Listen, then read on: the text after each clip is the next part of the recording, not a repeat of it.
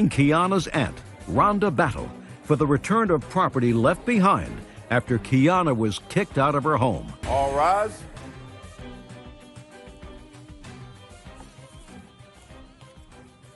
Now it's case number 543 on the calendar in the matter of Brown versus Battle. Thank you. You're welcome, Judge. Parties have been sworn in. You may be seated. Folks, have a seat, please. Miss Brown, this is your daughter. Yes, ma'am. This is your sister. Yes. And this is your aunt. Yes, ma'am.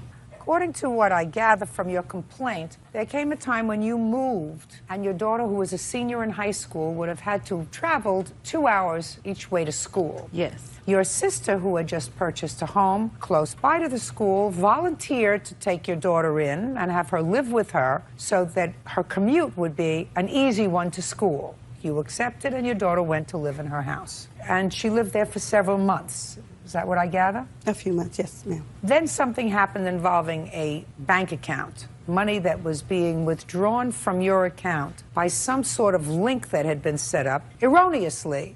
When she was drawing money out, it wasn't supposed to come out of your account, but it did, and there was some problem with the bank.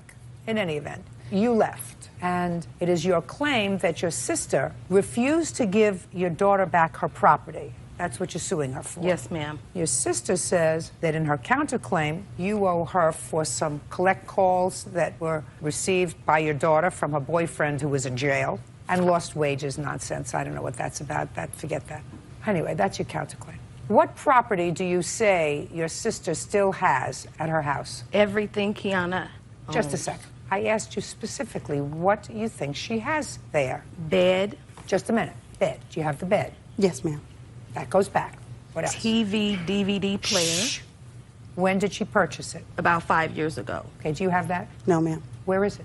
She took it. I don't know where it is. Well, let's go through this very carefully. What property do you have in your house? And let's be very careful about it. What property do you have in your house that belongs to your niece? Okay. The reason why a bed was still remaining in my home is because Kiana still frequented my house, but according to living things, she was no longer living there. So I do... No longer living there when?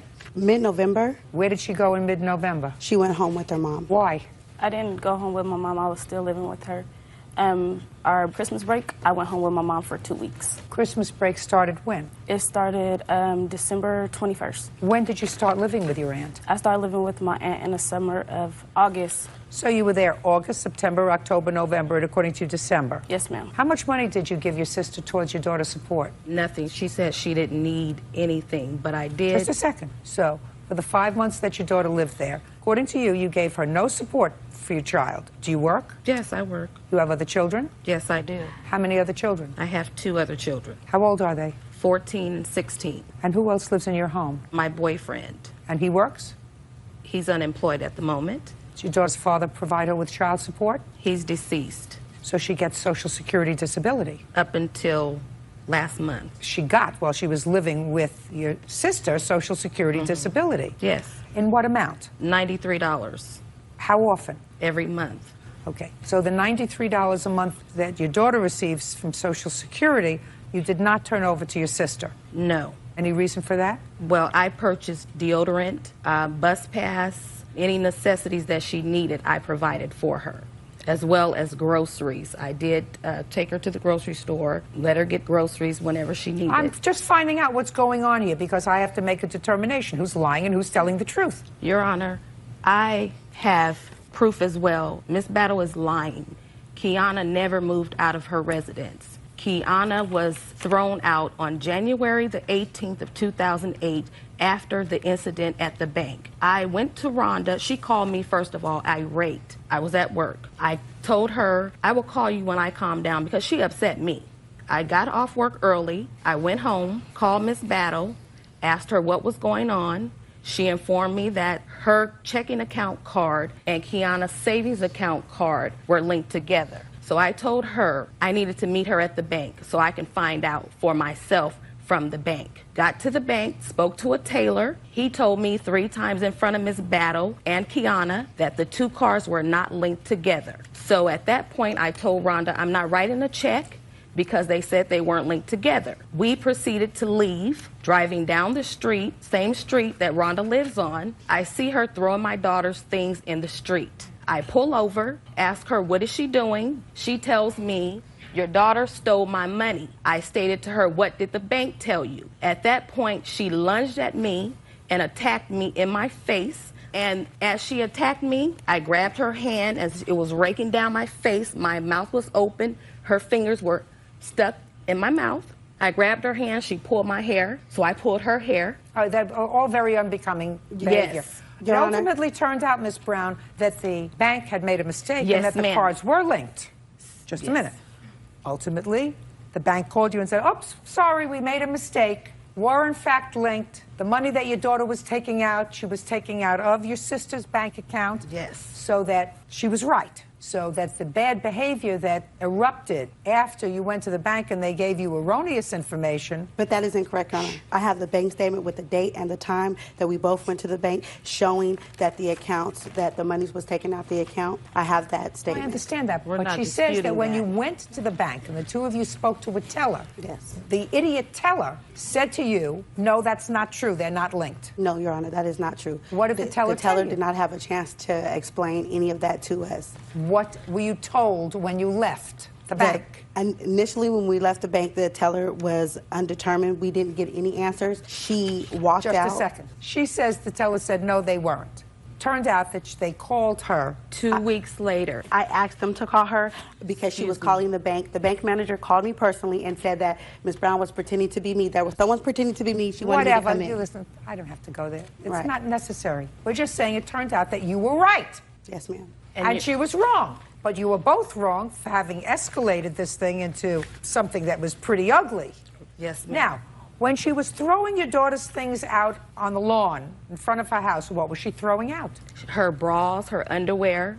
She had a whole stack of her jeans that she grabbed from the And what closet. did you do with them? I didn't pick the stuff up. I was asking Rhonda. As I was talking Just to a Rhonda, second, she so- was picking it up, throwing it in her trunk, and she closed her trunk down. Who did? Miss Battle. Why would she throw it out and then put it in her car? Because she didn't want us to get it. Nah, come on. Judge Judy continues in a moment. I have a problem believing both of you. I really do. I think that the two of you are so invested in being bitter with each other that you just are prepared to say anything that's necessary. Both of you. Real cases, real people. Judge Judy. Kiana Brown says her aunt, Rhonda Battle, won't return her belongings. Rhonda is accusing Kiana of stealing money from her bank account and is countersuing for lost wages and a phone bill. Listen to me, Miss Brown. Let me tell you what's distressing to me. What's distressing to me is that, according to your daughter, for the 5 months that she lived with your sister, and your sister took care of her, provided a roof over her head, provided her food and snacks and milk and juice, whatever, light, air, everything else. Put your hand down. Put your hand down. You were receiving money from the government that should have gone to your sister. I'm telling you it should have gone to your sister because you were not providing a home for your daughter, who was being cared for by another person. That person should have had the support that the government was providing. That alone, according to your daughter, is $500. Now, I have to make a judgment as to who's telling me the truth.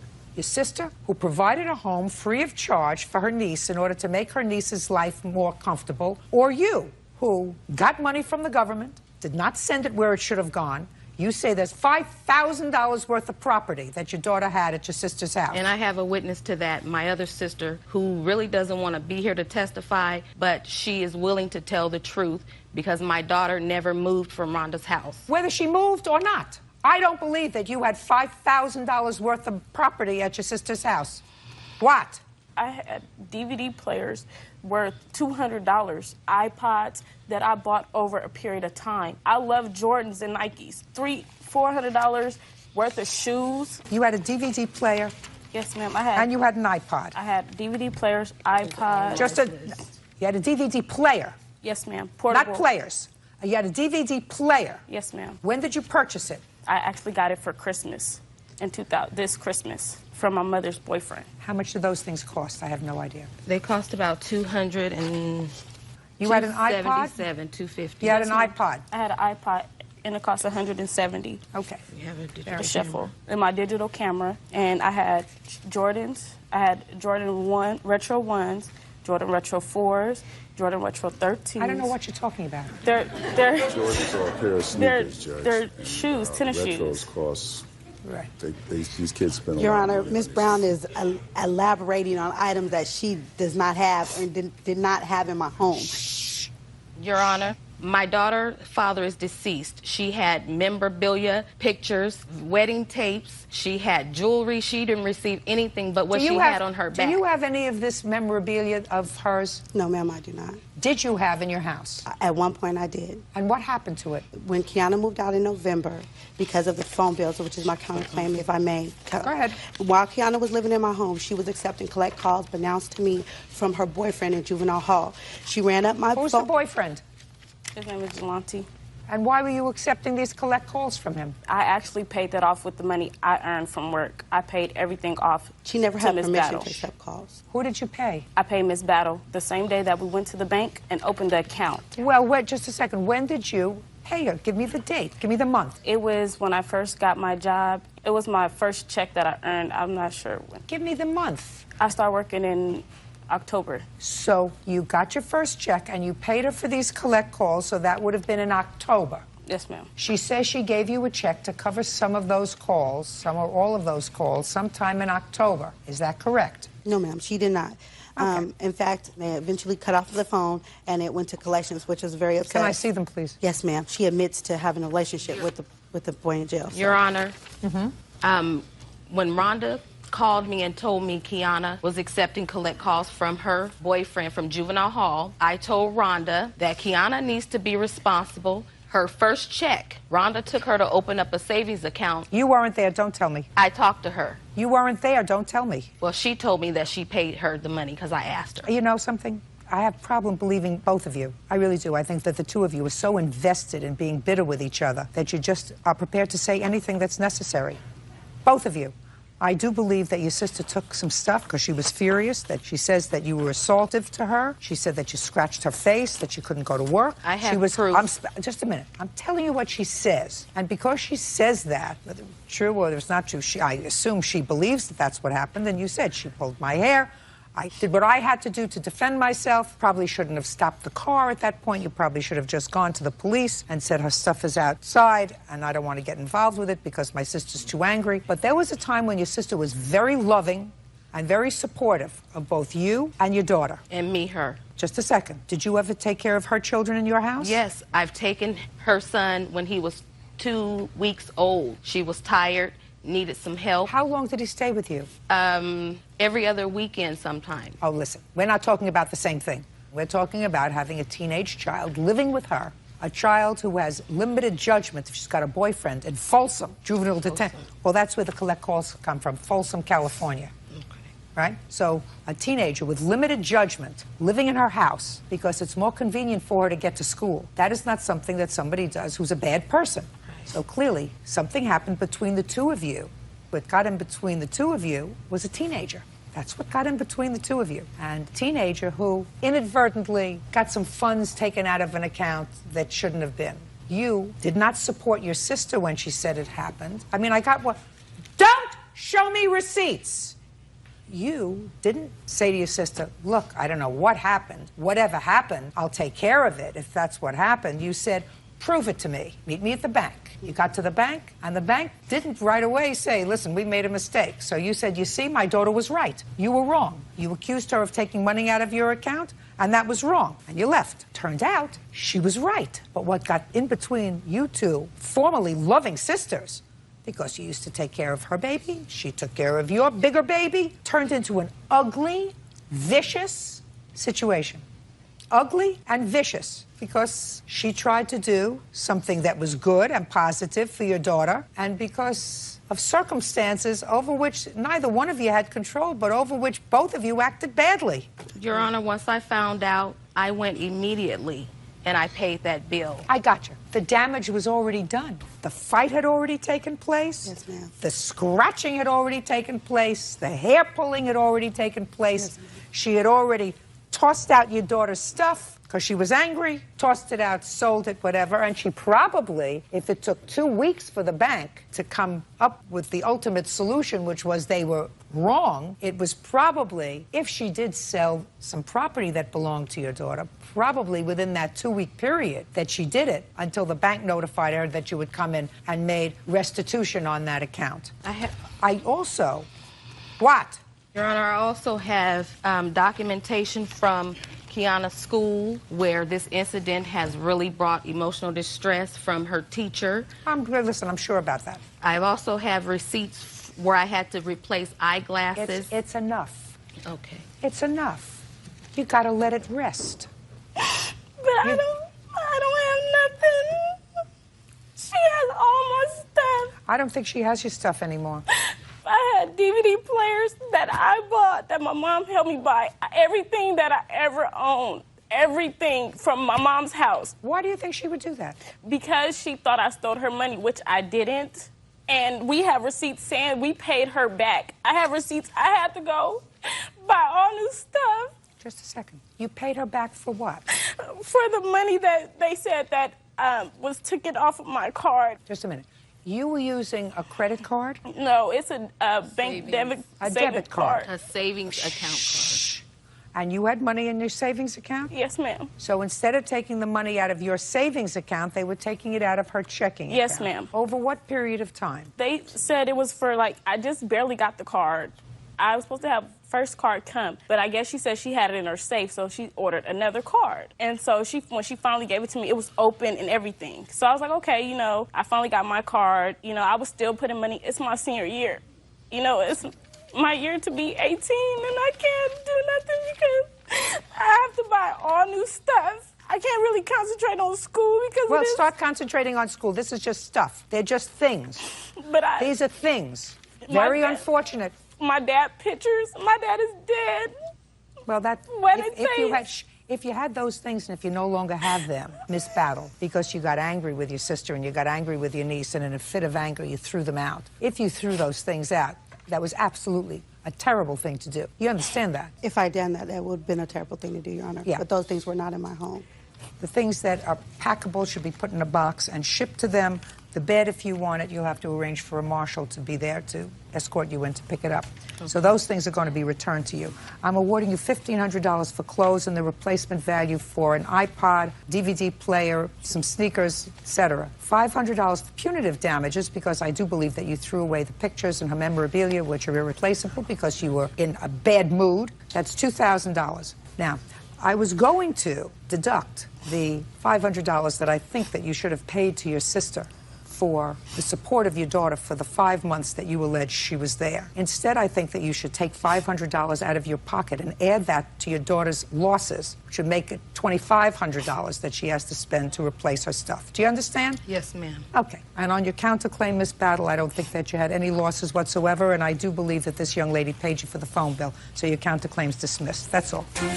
Elle Van Buren is suing her ex-husband, Chris Ackerman, for reimbursement of money garnished by the IRS and for his share of their son's medical bills. Order. All rise. Yeah, it's case number 515 on the calendar, the matter of Van Buren versus Ackerman. Thank you. You're welcome, Judge. Parties have been sworn in. You may be seated. Folks, have a seat. Miss Van Buren, when were you and Mr. Ackerman married? 1994 to 2007. And you have one child? Yes, ma'am. How long did you and Mr. Ackerman live together?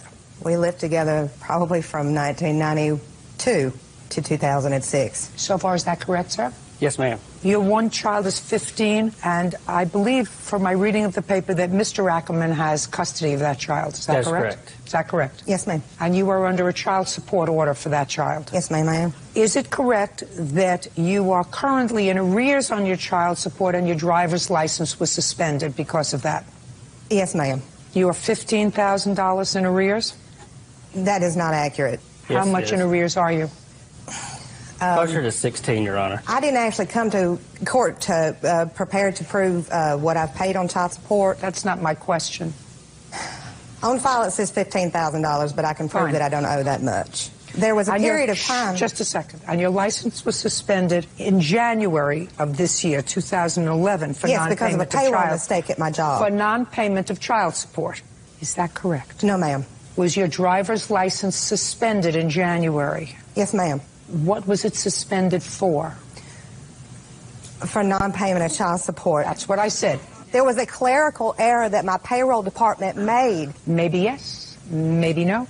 This is what your lawsuit is about. First, you claim that your wages might be garnished and you have to pay an IRS debt that was accrued during the time that you and Mr. Ackerman lived together. So you want him to be responsible for half of that IRS debt. Yes, ma'am.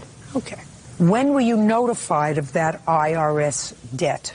I had made attempts in 2008 to make this right with the IRS. I didn't get far enough in the process before they levied my account in 2009. Ms. Van Buren, when did this IRS debt accrue? From what year to what year? I'm sorry, the years of 2000 through 2006. That's not correct, Your Honor. What years? 2003 to 2006. And you were still married then, is that right, Mr. Ackerman? Yes, ma'am. And you were divorced in 2007? Correct. When, if ever, were you notified of this deficiency? After her license was suspended, she filed the lawsuit a week later for the back taxes. That's the first I found out about it. Ms. Van Buren, when for the first time did you have communication, either by email or letter, with Mr. Ackerman that you had received a notice of deficiency from the IRS? We both knew in that marriage. Don't tell me what we knew. I notified him of the levy of my account either the day of or the day after. The day of or the day after what? When they levied my account. Show me your initial notice from the Internal Revenue Service. What I have is a bank statement. That's no good. I want to see the statement from the IRS indicating... I have documentation with me from the IRS, Your Honor. I'd like to take a look at it. Do you have any documentation with you from the IRS? I have tax returns. That's not what I want. May I request some assistance from my witness, please? Who is your witness? Jason Schwiller. Who is it? My boyfriend. No. 2004, you were still living together. 2005, you were still living together. 2009, you were divorced. Right. Correct. 2003, I'm not interested in.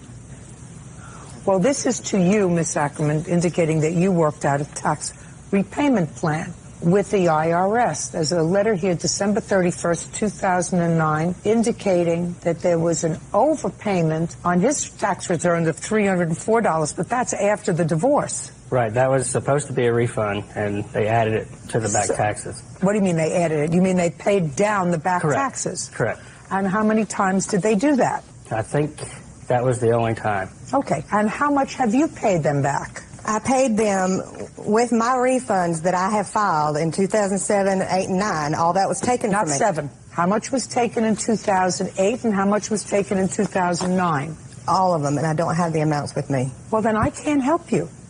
How am I supposed to help you? He had his refund taken and applied to back taxes as well. How do you expect me to make it as equal as I can if you don't know how much they took of your refund? Do you understand what I'm saying? Yeah. Okay. Judge Judy continues in a moment. What are you doing here? What do you want here? Why did you file this claim? Your Honor, may I speak? No. And later today, There has to be some basis for a lawsuit. Otherwise, what you do is you clog up the courts. I agree with that. nonsense. real cases, real people. Judge Judy.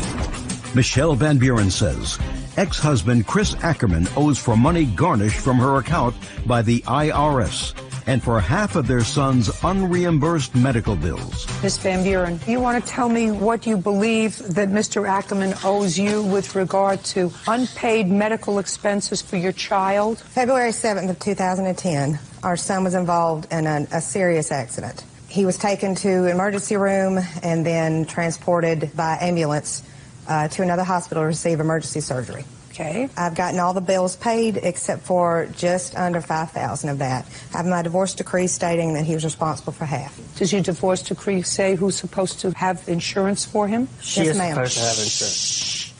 Yes, ma'am. You're shouting out. And I am, and I've always insured my child. But your insurance lapsed. Yes, it did. I have always had my son covered. The insurance company that I have through my job has a verifications benefits company.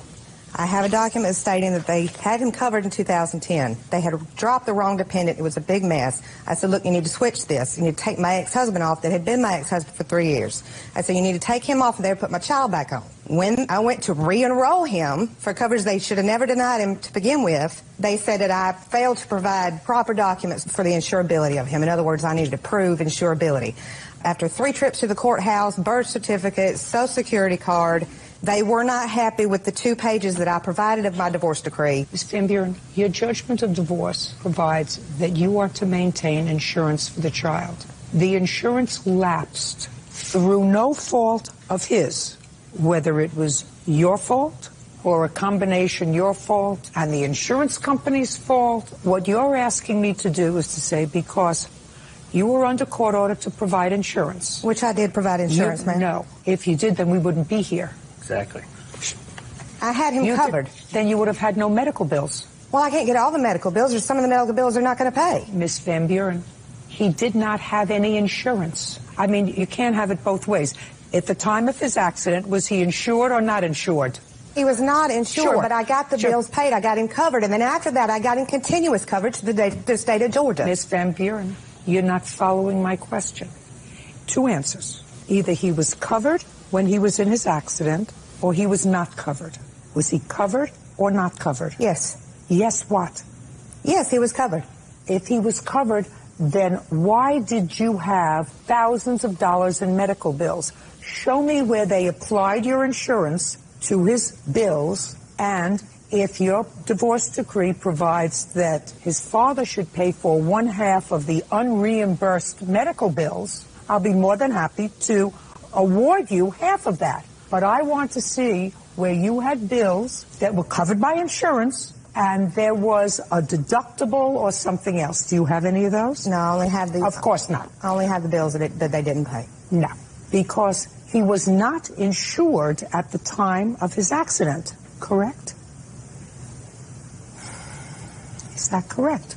I had him covered for the month of the accident. He wasn't insured at the time of the accident. Not under the insurance company that is provided by my employer, no. Well, just a second. The bills that were incurred by this accident was probably $250,000.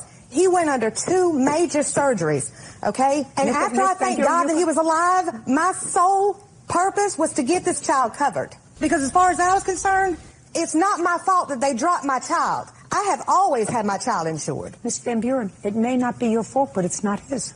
Exactly. I don't know whether it's your fault or not, but I know it's not his fault because your divorce decree, I mean, I've read your papers very carefully, provided that you were to make child support payments and you were to keep him covered by your insurance. And your former husband was to pay for 1/2 of the unreimbursed medical bills. That's standard language. Is that what it says in your divorce decree? Yes, ma'am. Okay, so all you have to do is show me the bills that were paid by insurance, what your deductible or unreimbursed medical bills were, and I will entertain them. And if you don't have those, I can't help you. I don't have those documents, ma'am. Well, then I can't help you, Miss Van Buren. I don't know where you thought you were coming today. You know, you came here for 2 different reasons, and you don't have paperwork with regard to either one. I think right off the bat you were misinformed by some arrears that I owe. I was not prepared to come here and prove that I have been providing for my child. So I think right from the get-go, you don't like me because I haven't been paying my child support, which is not the truth. Miss Van Buren, I have been providing for my child. You can get exercised, but what I'm telling you is, based upon your papers that I read, you were aware of this tax debt for a long time. You told me that you were aware of this tax debt for the last 3 years. So was he. He was aware of it. I was too. Listen to me. Aware of it. Hey, listen to me carefully. You can get as exercised as you like. You didn't sue him until after your driver's license was suspended last month.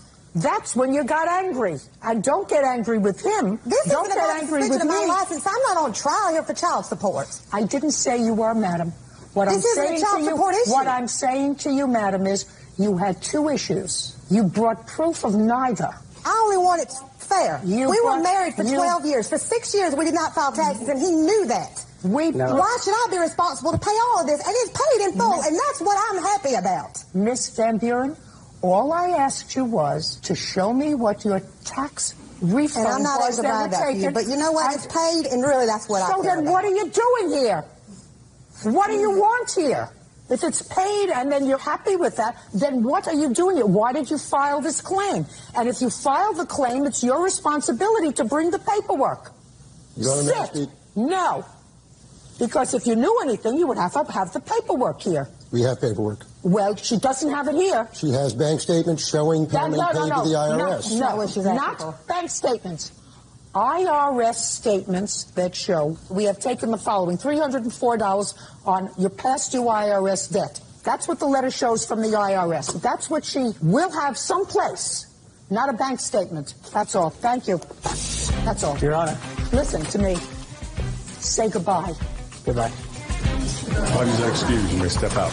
He knows he owes me half his tax debt. I had no clue. She lied then, and now she's lying about the insurance on the child. I hope that, we can communicate, but I don't think it's going to get any better from here. I would like to be able to communicate with her, but she's very unreasonable, and I don't see that happening. And now the next case.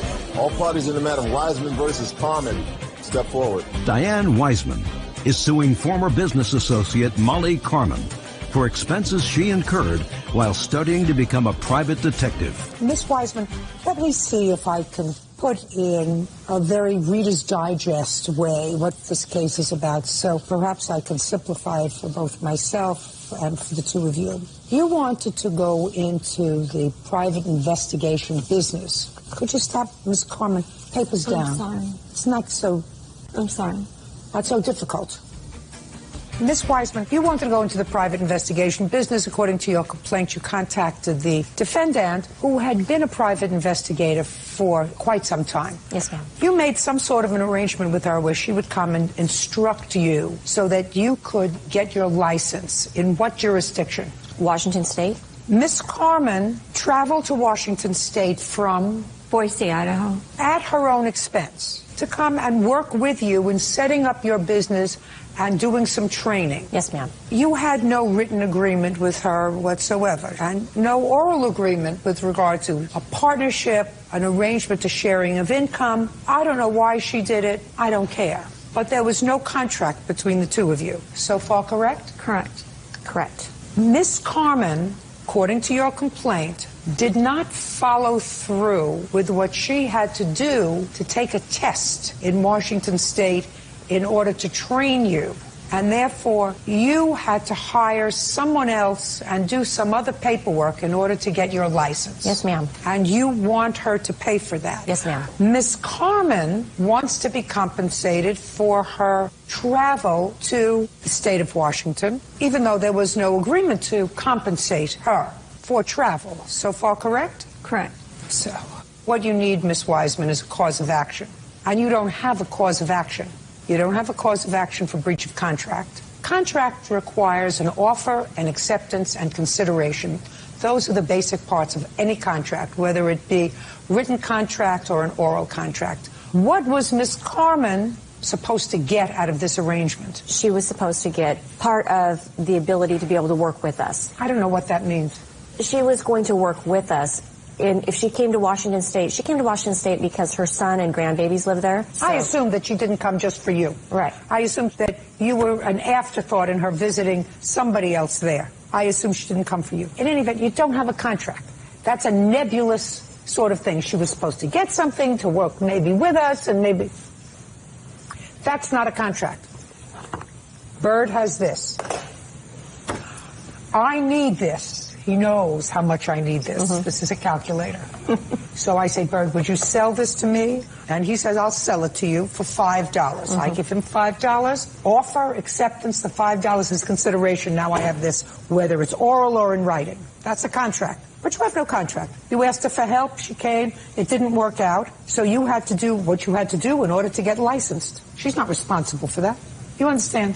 I thought I might tell you that. Now, under what theory do you think you're entitled to be compensated for your travel to the state of Washington? Well, Your Honor, she was in a hurry. I wouldn't have traveled on those dates, but she was on medical leave from her job. I don't care about that. Did she tell you she would reimburse you for your travel?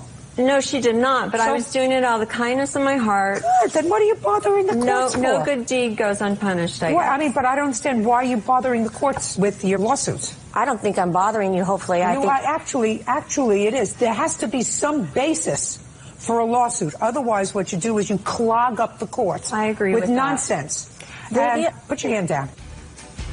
There has to be some basis for a lawsuit, either in negligence, Right. contract, breach of warranty. I do believe there was something. negligence, ma'am. There wasn't negligence, madam. She has to owe you a duty.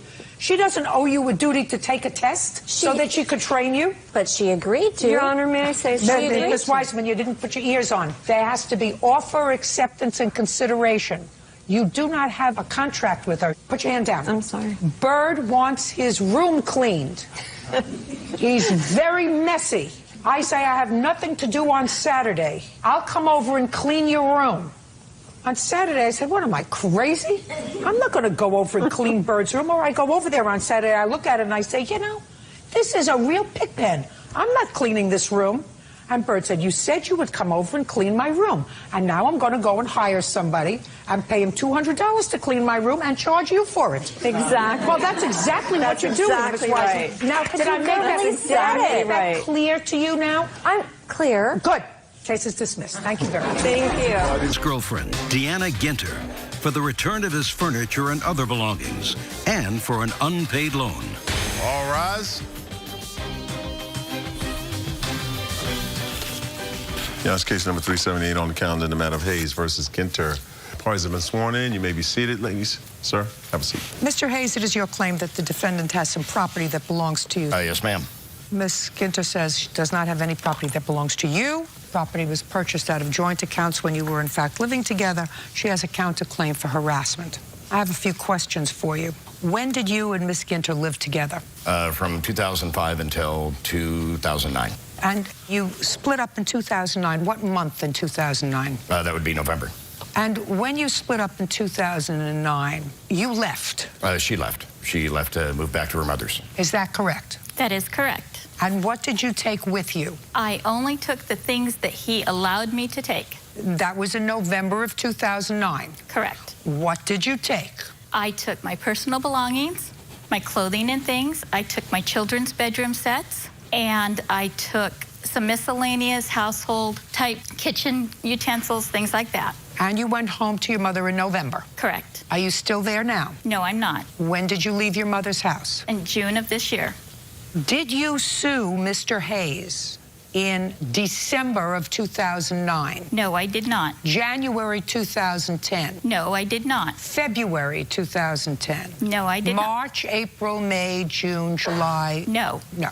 So when you say he allowed you to take only certain items, you never questioned the ownership of those items legally until later. Okay. We're setting the stage for certain things, Mr. Hayes. Do you understand? Oh, yes. Now, you got a job offer. Yes. And because you maintained reasonable relations with the defendant, according to you, you moved some of your furniture and property belongings into her home. In what month? That would be June. June 2010. Yes. The same month she left her mother's house. Yes. Correct? Correct. And you paid her $200 to store your property. Yes. That she acknowledges that you gave her $200 to store your property. Then you were going for a job someplace. That didn't work out. Correct. You came back, and she refuses to give you back your furniture, the same furniture that you had had from November of 2009 until June 2010. Yes, plus a bedroom set that I had bought separately. She has that. When did you purchase that? I purchased that in April of this So year. you moved that bedroom furniture? Yes, I paid $600 Great. for that. I don't care. If I find that's your furniture, you're going to get it back. Right. Now, when he came back, did he make a demand for his furniture? Yes, he did. And when he came with the police, you told them that it was not his furniture, it had been purchased from a joint account. That's correct. And that's the same furniture that you had not sued him for or made any claim to legally. November, December, January, February, March, April, May. But when he put it in my house, He gave it to me because he said he would not be needing it because he would be living in a man camp with this new job and that I could have it. Well, Miss Ginther, you see, you're in a little bit of trouble with me right now because that's not what you say in your answer. Okay. And you give me a total different excuse in your answer as to why he shouldn't have his furniture back. Nowhere in your answer do you say he made me a gift. No, I don't. No, just a second. So, either you have to be telling the truth now, or you have to be telling the truth when you swore to your answer. You also have to be lying either now or lying when you swore to the answer. I made several attempts to give him back this stuff. Just a second. Shut up. Shh, just a second. You mean including the furniture? Yes, I did. Just a second. Well, now we have yet a third answer. So the third answer is now you made attempts to give him back the property. Because I wanted him to quit posting things. Just My life was in danger. Miss Ginther, listen to me very carefully. I haven't gotten to your counterclaim yet. But when you're not truthful with me with regard to his claim, and you give me so far 3 cockamamie answers with regard to the claim, then I'm going to question what you tell me in your counterclaim, which, quite frankly, I viewed as very serious. Do you understand what I'm saying to you? Yes, I do. All right. Now, you keep saying, yes, I do, but you say, yes, I do, with the same vacant look in your eye. Either he made you a gift of the furniture, or you claimed, as you claimed to the police, that it was purchased from a joint account and therefore it's not his, or you tried to give it back to him and he wouldn't take it. Which one is it? It is all 3. We bought it on a joint account. It was our furniture. He gets back all the furniture. Fine. Is that... Listen to me. That's what I wanted. Listen to me. You're getting back all the furniture. Do you understand? Yes, but she doesn't have... Listen to me. The list. Listen to me, sir. You're getting back all your furniture. I am now going to entertain her counterclaim for harassment, which, quite frankly, if any of it is true, it's very serious. And if I enter a monetary claim on her behalf for her counterclaim, I'm going to hold that money until she returns all your furniture. Do you understand? Yes. Do you understand? I understand. Stand perfectly. Now you can tell me about the harassment. Tell me about it. Show me the postings that he posted about you. Then I will ask him about it. I will ask him about his guilty plea to what, sir? Disturbing the peace. It was reduced. Shh. Don't tell me it was reduced. Okay. I'd like to see in the postings how he harassed you on the internet. Okay. And then I'll take testimony about it. Here are the top ones. The first one talks about how he puts my address, my phone number, my name, a description of me. Just a second, I can read. In Craigslist. I can read. And then the top one says, is somebody who responds.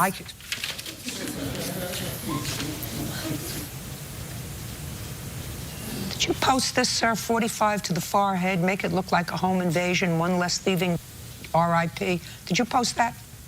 No, I don't. Did you post that? No. I didn't post anything like that. The things I posted on Craigslist were my property. I put it on Craigslist because she took it and I didn't want her to have it. Just a second. I'm reading the email, sir. I'm trying to find out whether you did it when you were sober or drunk. Do you understand? Yes. Judge Judy continues in a moment. You know, and you're going to die. I hope you die in a horrible car crash. Don't you know any other words? I was pretty angry. I was drunk that night, too. I have a feeling you're drunk a lot. And later today. So it's the babysitter's fault. It's ridiculous! Would you like to see the pictures of it? I don't care to see the pictures. It's a ridiculous counterclaim. I never heard anything so ridiculous. Real cases, real people. Judge Judy. Mark Hayes says ex-girlfriend Deanna Ginter refuses to return his belongings. Deanna claims Mark abandoned the property at her home. She is countersuing, claiming Mark has been harassing her over the internet. I want you to show this to the plaintiff, please.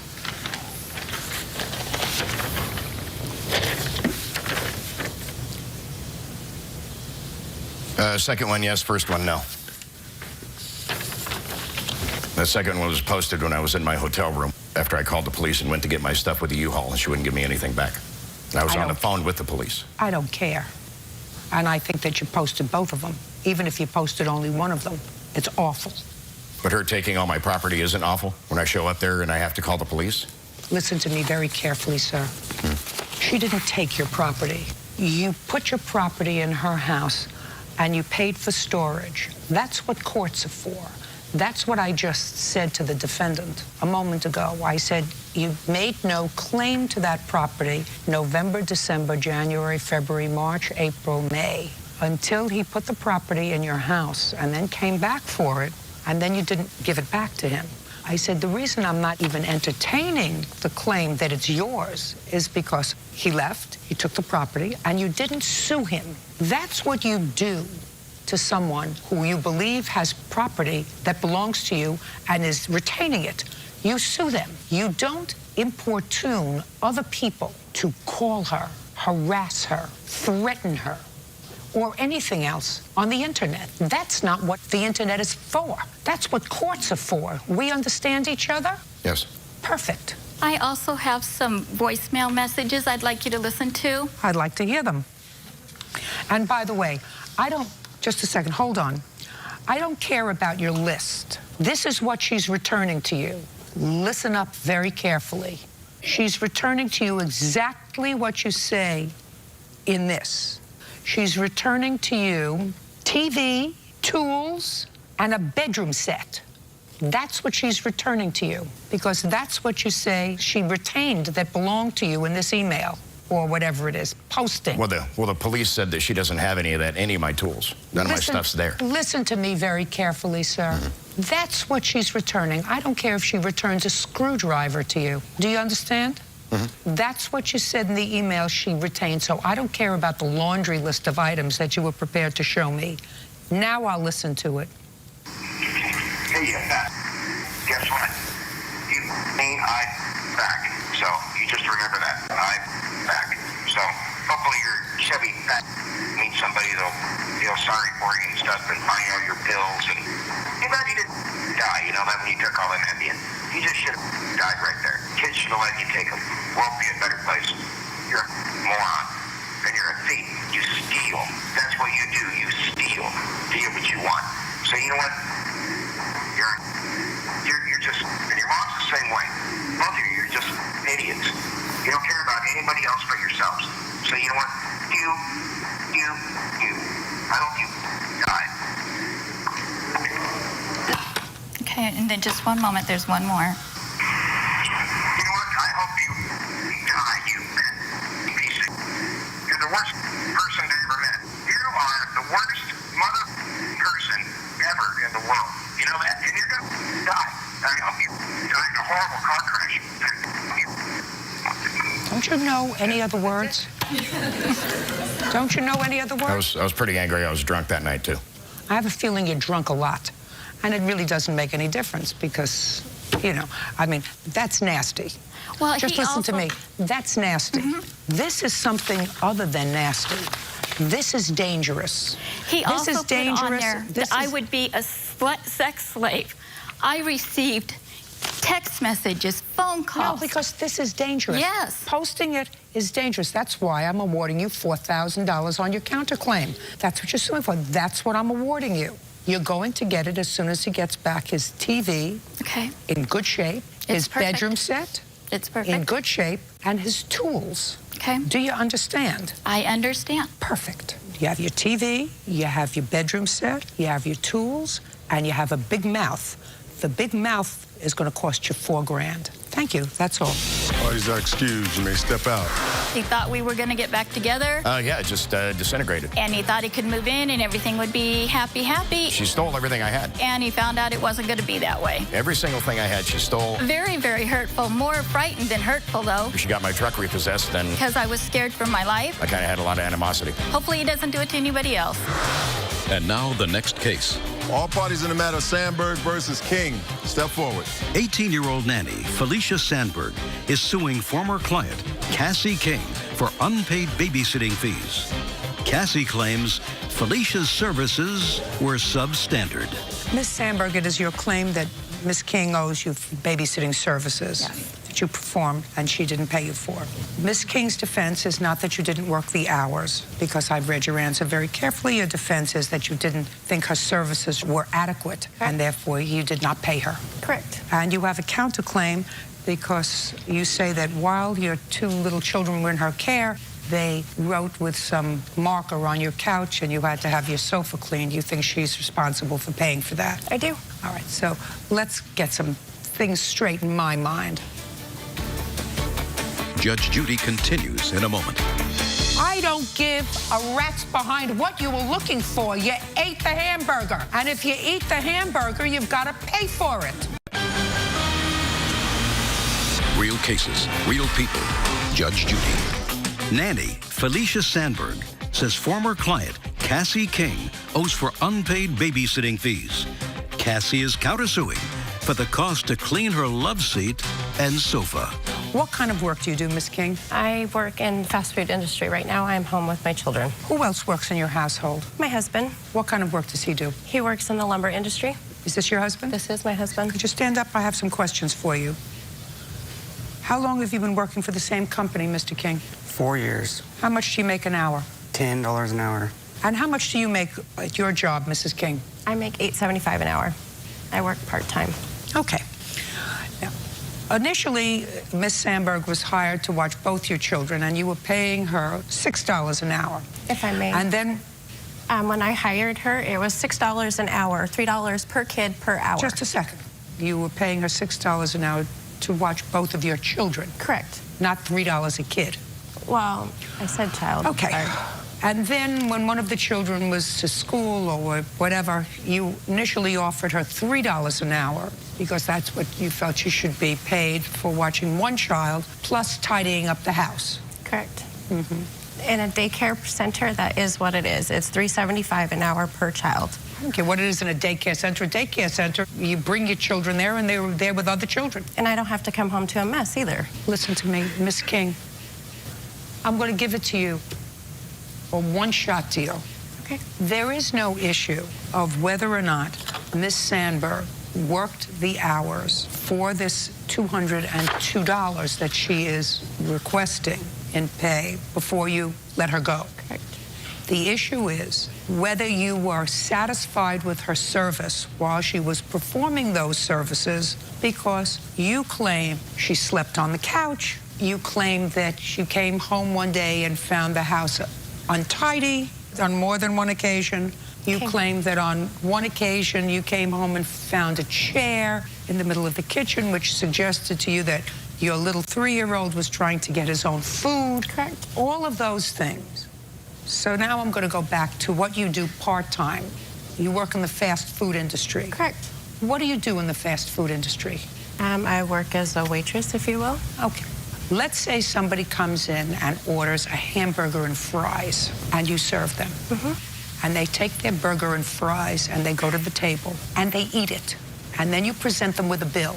And they say, we're not paying the bill. I didn't like the burger and fries. And you say to them, well, if you didn't like the burger, if there was something wrong with it, why didn't you bring it back before you finished it? Correct. So that I could make you another one.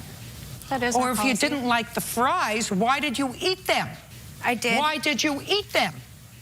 You understand where I'm going, Miss King? I do, and I If did. you found her services to be substandard, then you pay her for her service rendered the first time you're unhappy with her care of your 3-year-old, and you find somebody else. I was looking for somebody else. I don't give a rat's behind what you were looking for. You ate the hamburger.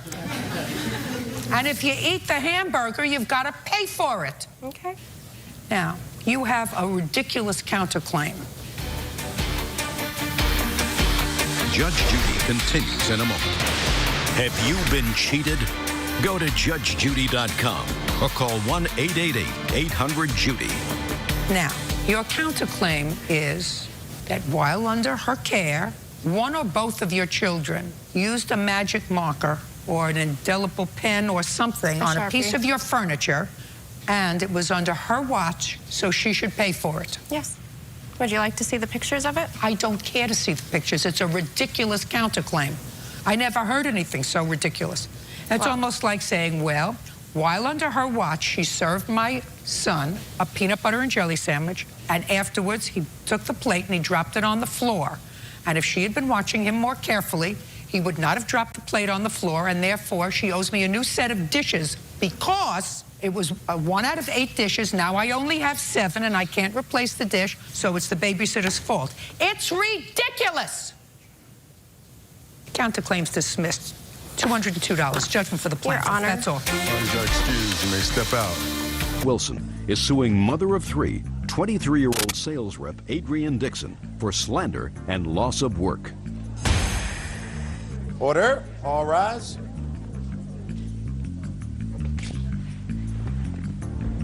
Yeah, this is case number 93 on the calendar in the matter of Wilson versus Dixon. Parties have been sworn in, Judge. You may be seated. Young lady, have a seat, please. Miss Wilson, there was a time that you provided daycare for the defendant's 3 children. According to your complaint, as a result of some scandalous and slanderous remarks that the defendant made, you lost income. Yes, sir. Yes, ma'am. And you want her to compensate you for that. Yes, ma'am. This is your oldest daughter? Yes. And you have 2 little Yes. ones, toddlers? Yes. How many days a week did she take care of? Sunday through Thursday. From what time to what time? From 6:30 to 3 o'clock. You were going to work, I assume? Yes. Yes, ma'am. Do you have children of your own? Yes, ma'am. How old are they? 11 and 4. When did the trouble begin? March 22nd. And tell me what happened. Chantel had told me after That's Chantel? Yes. After I picked him up from the babysitter, from her house, she had told me that Rhoda had left him in the car alone while she went inside 2 stores, and she had the keys in the car. She had the car running also. She didn't wake up till 10 in the morning. I dropped them off at 6:30. They didn't eat breakfast. As soon as they woke up, she said, Rhoda said, come on, it's time to go. She didn't have my 1-year-old, she was 1 year, she was 1 then. She didn't have her in a car seat. She had my son. It wasn't in a car seat. He was in a, like a carrier, and she didn't have him strapped in. And Tiara, my youngest daughter, was sitting on Chantel's lap in the car. And she also didn't have my permission to take them from her house. To take them off the premises? Mm-hmm. Had she ever taken them off the premises before? Not that I know of, no. Do you remember coming home and telling your mom about this car ride that you took? Yes. You want you to come up here so we can talk? Yeah.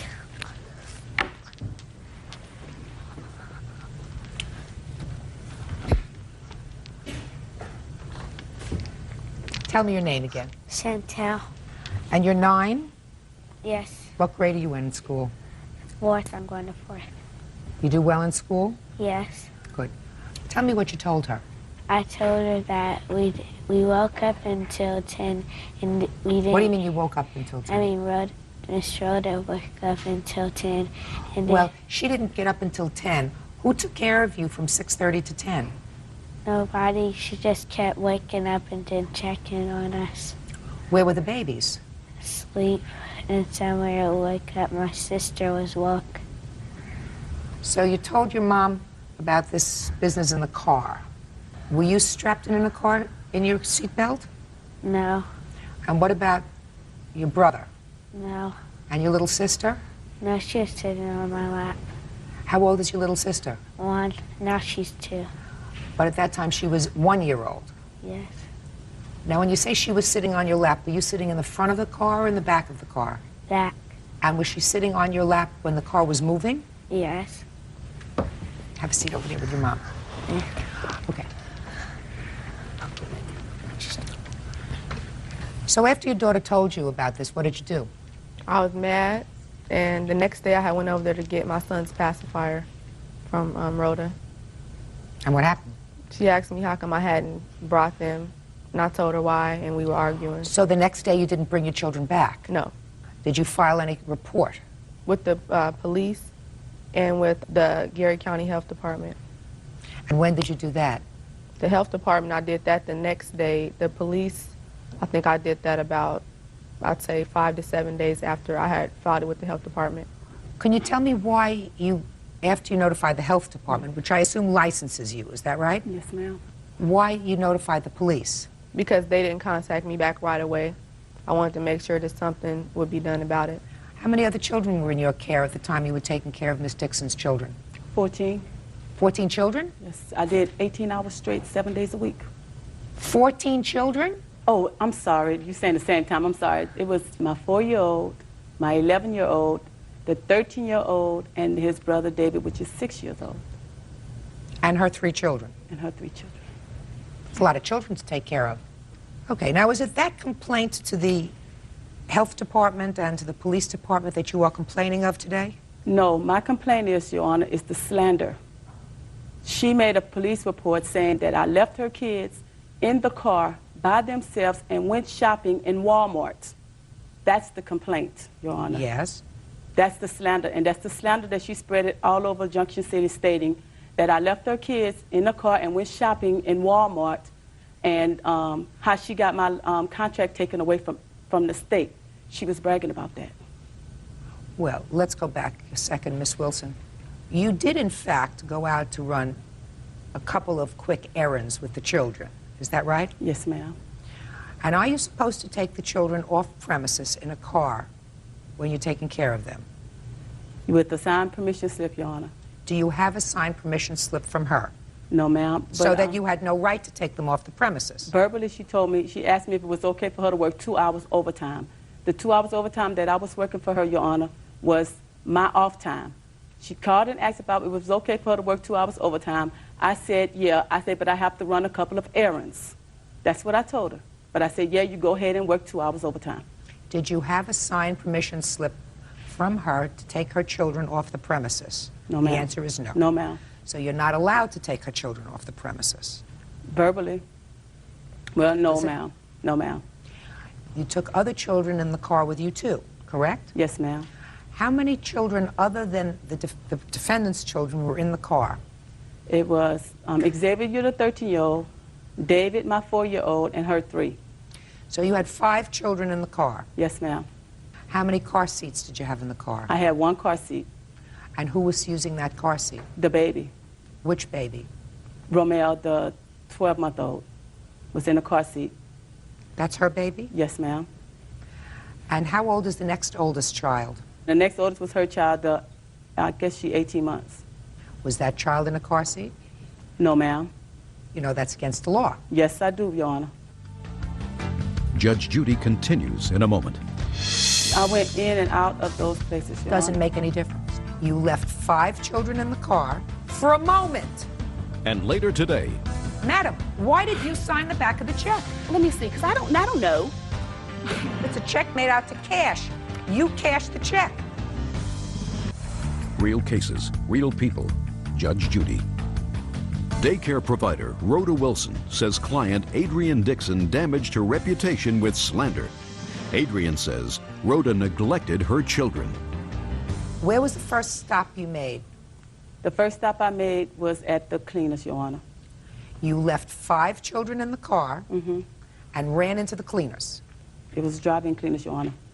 My car was right there by the door. You left the children in the car for a moment. With the 13-year-old.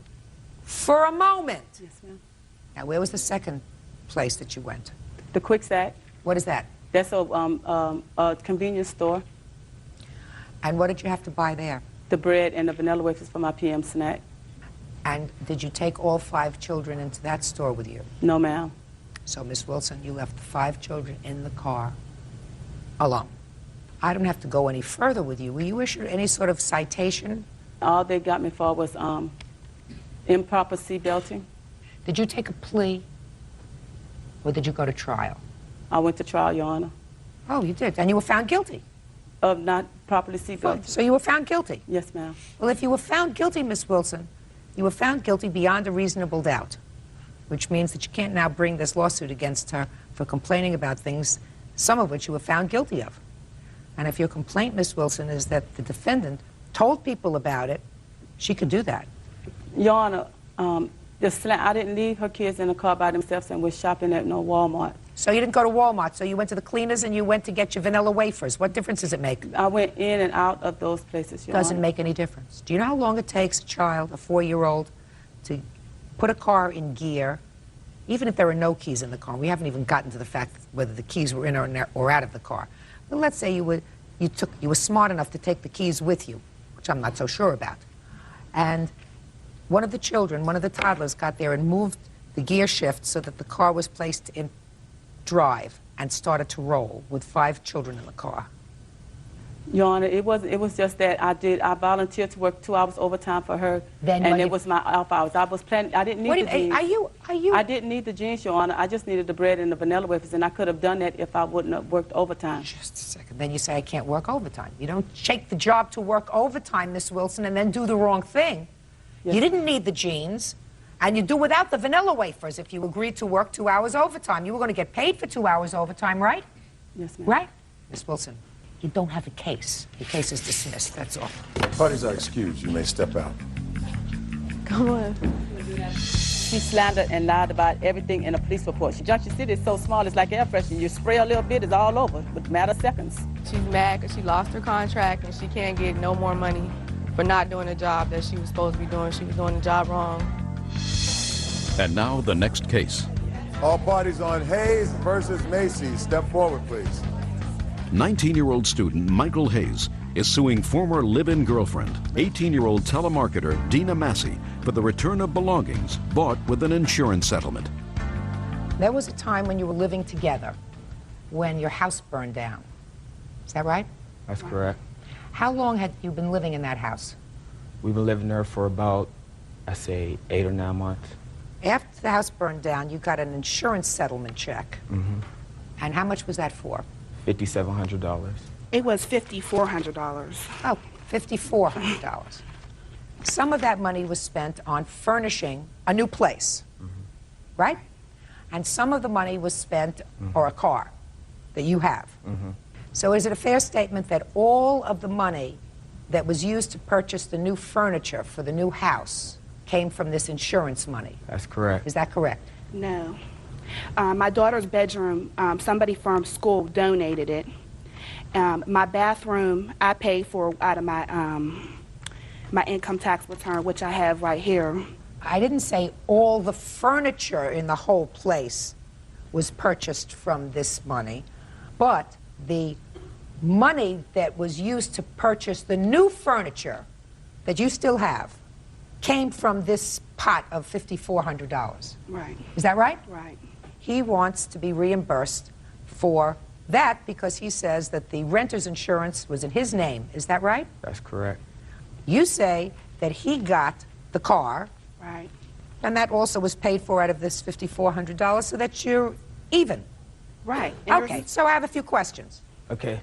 The check was for $5,400, if that's what she said. I think it was $5,700. The car that I brought was only $1,000. No. Yeah, her daughter's bedroom. No. Just a second. Yes, her daughter's bed was donated to us by the school, but the rest of the house I had brought and paid for with the insurance Okay, so I have some money. questions. Why don't you let me ask my questions? Okay. How were you paying all of your bills? Were you putting this into a joint checking account and paying your bills from a joint checking account when you were living together, or were you each taking care of certain bills? Well, she's like a control freak. So when I had my checks, I just, like gave her the money. You could pay, I didn't give her the money, but I told her, being that she had that checking account, well, we both had a joint account, you just go ahead, pay the light and the gas, pay all the bills, and I just give her the money just to keep her mouth closed. All right. So if that's true, what you're telling me is she put her money in to pay some bills, and you put your money in to pay some bills. No, my half of the money went to the bills that was in my name, like the light, the gas, and the rent to the house. And her half of the money went to things that was in her name, like the phone, cable, and whatever else. The rent is in her bill, the rent, the phone, where you rent your furniture from. Oh, you were renting for Rent-A-Center. Well, how was you paying for it and you don't have a job? Don't speak. I was paying for that through the welfare Don't speak to each other. Now, when you took out this renter's insurance, who did you take it out from? United Insurance Company. Okay, and can I see that policy, please? I don't have the policy with me. I wasn't able to get that. I had insurance for the things that was mine. She didn't have insurance for what was hers. So when the house had burnt down, her things in the house was left in the fire. Judge Judy continues in a moment. She wanted the car in her name and her mom's name because she said she didn't feel like she had enough security. The house was in my name and the furniture and everything was in my name. Because he tries to pull stuff like this. No. That's why. Real cases, real people. Judge Judy. Michael Hayes says former live-in girlfriend Dina Massey owes him for half the value of their belongings. Let me see what you purchased with that check. I have receipts for like the big items, for like the furniture and the bedroom suit, but all like the miscellaneous items, the receipts is in the house with her, but I do have some receipts. Let me see. And I would just like to say, he said he spent $1,400 on his car. No, I have a check right here. It says $2,100 No, for actually, his car. I have a receipt saying I paid $1,000 for my car. Here you go. $2,100 out cash for the car. He spent it on, you know, for stuff inside the car. Let me see her check. And I have all the checks too. Let me see. Check.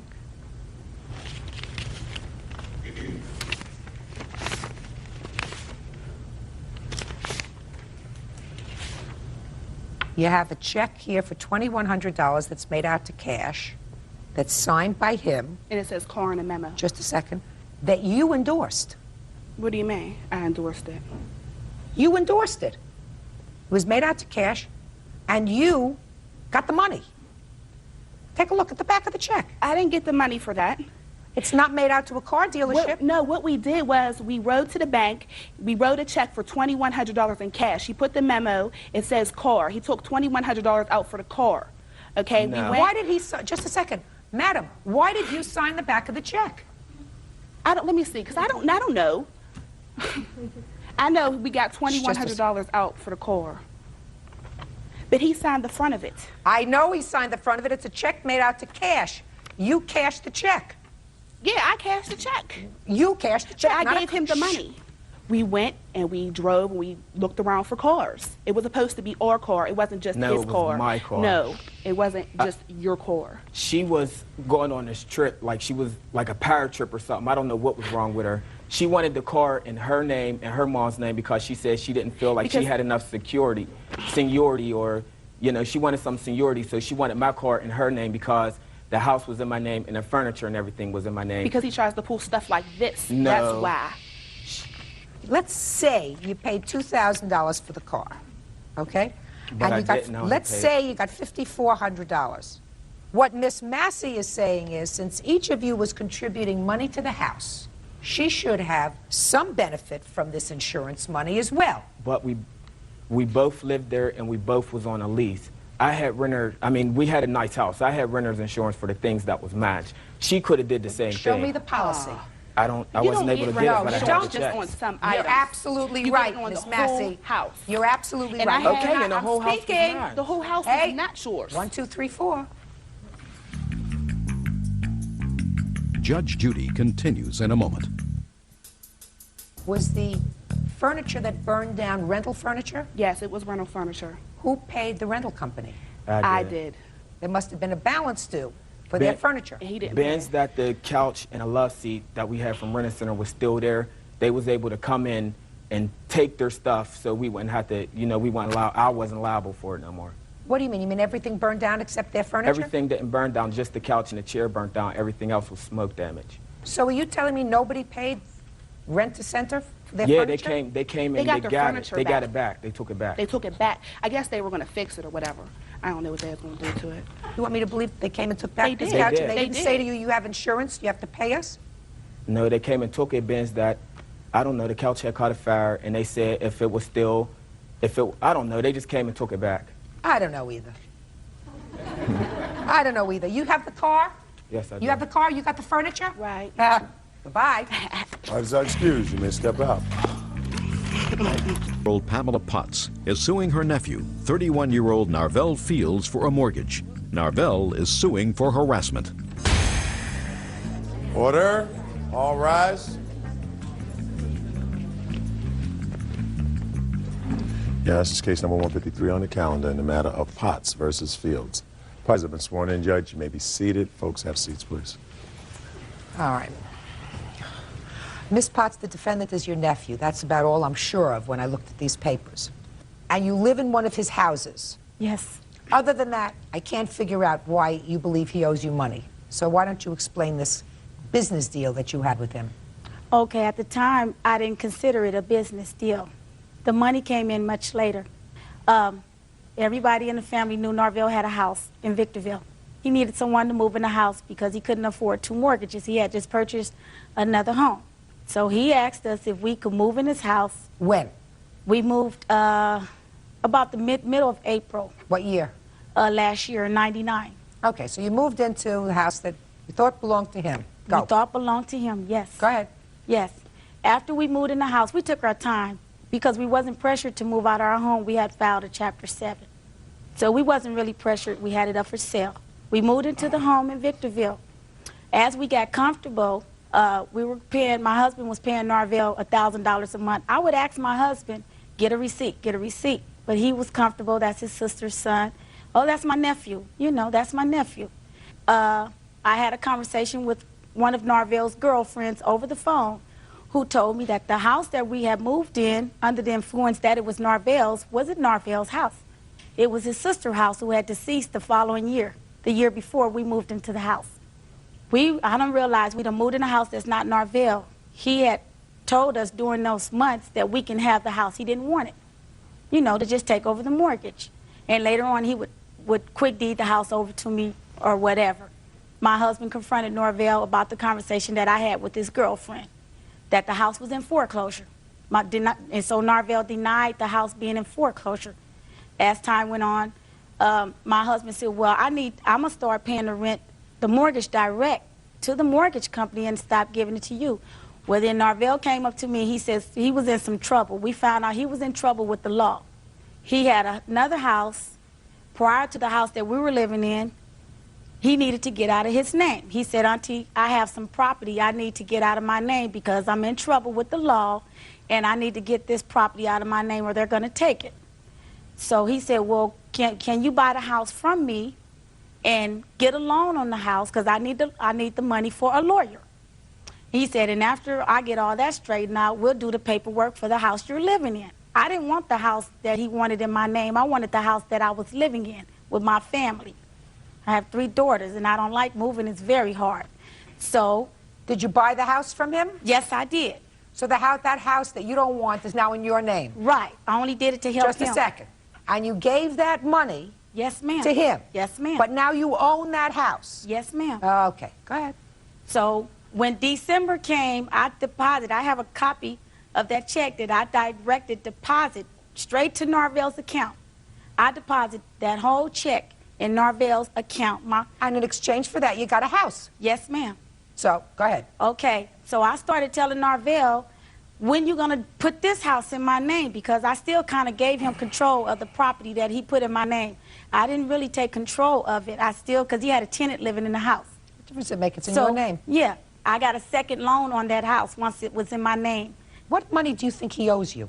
He owes me $14,957.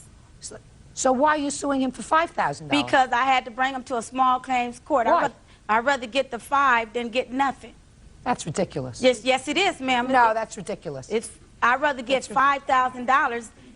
I'm not going to give my money out of him anyway because he's finna go to jail next month. Yeah, well, why did you enter into this deal with him at the beginning? I found all this out later. Why did you enter into this deal with him at the beginning? If you knew he had to get a house out of his name, that he was in trouble, and you thought you were going to get not only that house, but the house you were living in for just paying rent, I don't understand that. No, I never had any intentions on the first house. I only was interested in the house that I was living in.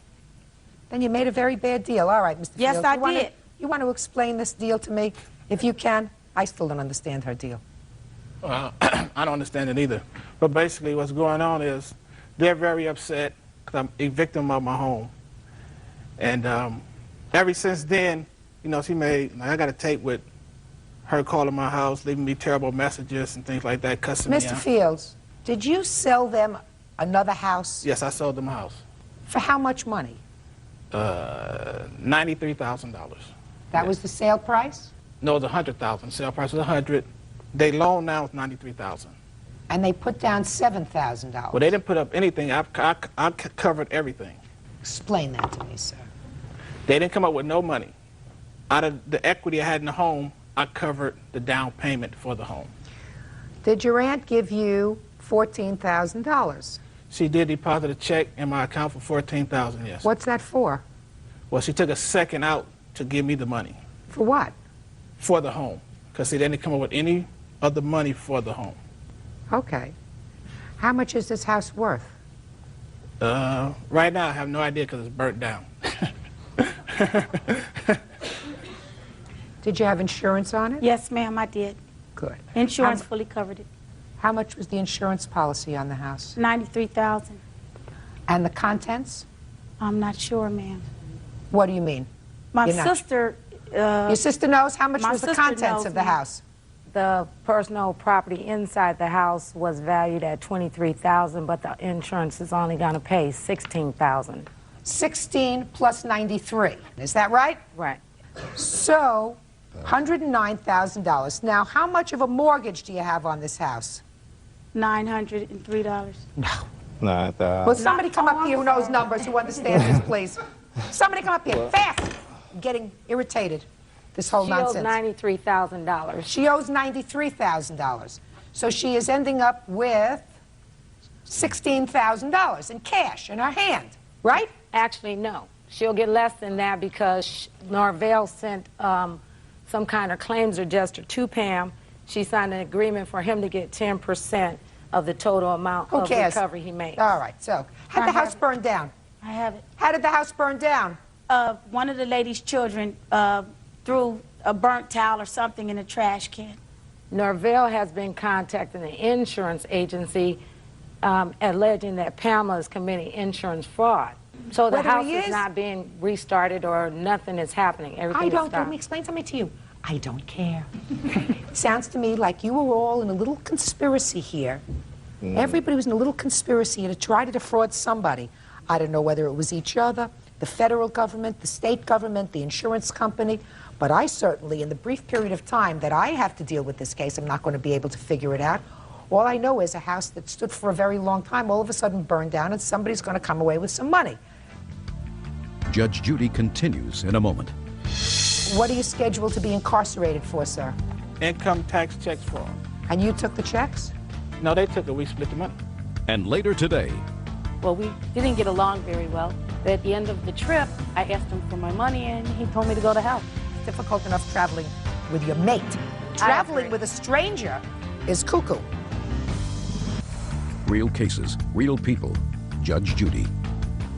Pamela Potts says she was scammed by her nephew, Narvell Fields, when he sold her his home. You know, when you get involved in trying to do something to cover up and to try to evade the law, somebody always gets burned. That means he was probably trying to do a scam, but so were you. Courts don't help people when they're trying to scam somebody else and saying, well, we were trying to put over a scam, but I got burned, so please help me out. I don't deal with that. Now, you have a counterclaim for harassment. Yes. No, I can let you hear it right here. I on don't want to tape. hear it. Oh, okay. What are you scheduled to be incarcerated for, sir? For fraud. For fraud? Well, not really for fraud. For tax fraud. Taxes. Tax fraud. Right. Is this the first time you were incarcerated? Yes. How long are you going to go away for? 21 months. Well, what kind of fraud were you convicted of? Tax fraud. I understand that. Be Check specific. frauds. What do you mean check frauds? Explain. Income tax check fraud. Explain that to me.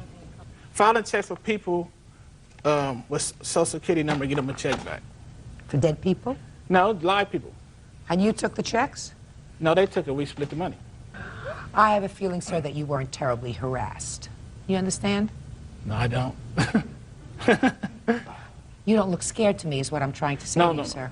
And if you're going to be in jail for 21 months, you don't have to worry she's not going to hurt you. No, I'm not worried about that. Good, perfect. Then your counterclaim for harassment is dismissed, and you, Miss Potts, you go collect your insurance money. That's all. Case dismissed. Parties are excused. Let's step out. I'm kind of satisfied in a way because, like Judge Judy said, I still have a house that I really didn't want, and his countersuit was thrown out. Oh, it was cool. I came here and got what I wanted. You know what I'm saying? She's a big liar. She got what she deserved. Nothing. Don't do business with family.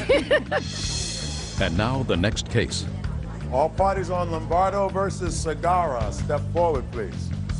48-year-old male clerk Michael Lynn Lombardo is suing former friend, 44-year-old hairstylist Eli Segarra, for his share of a rental car during a vacation in Italy.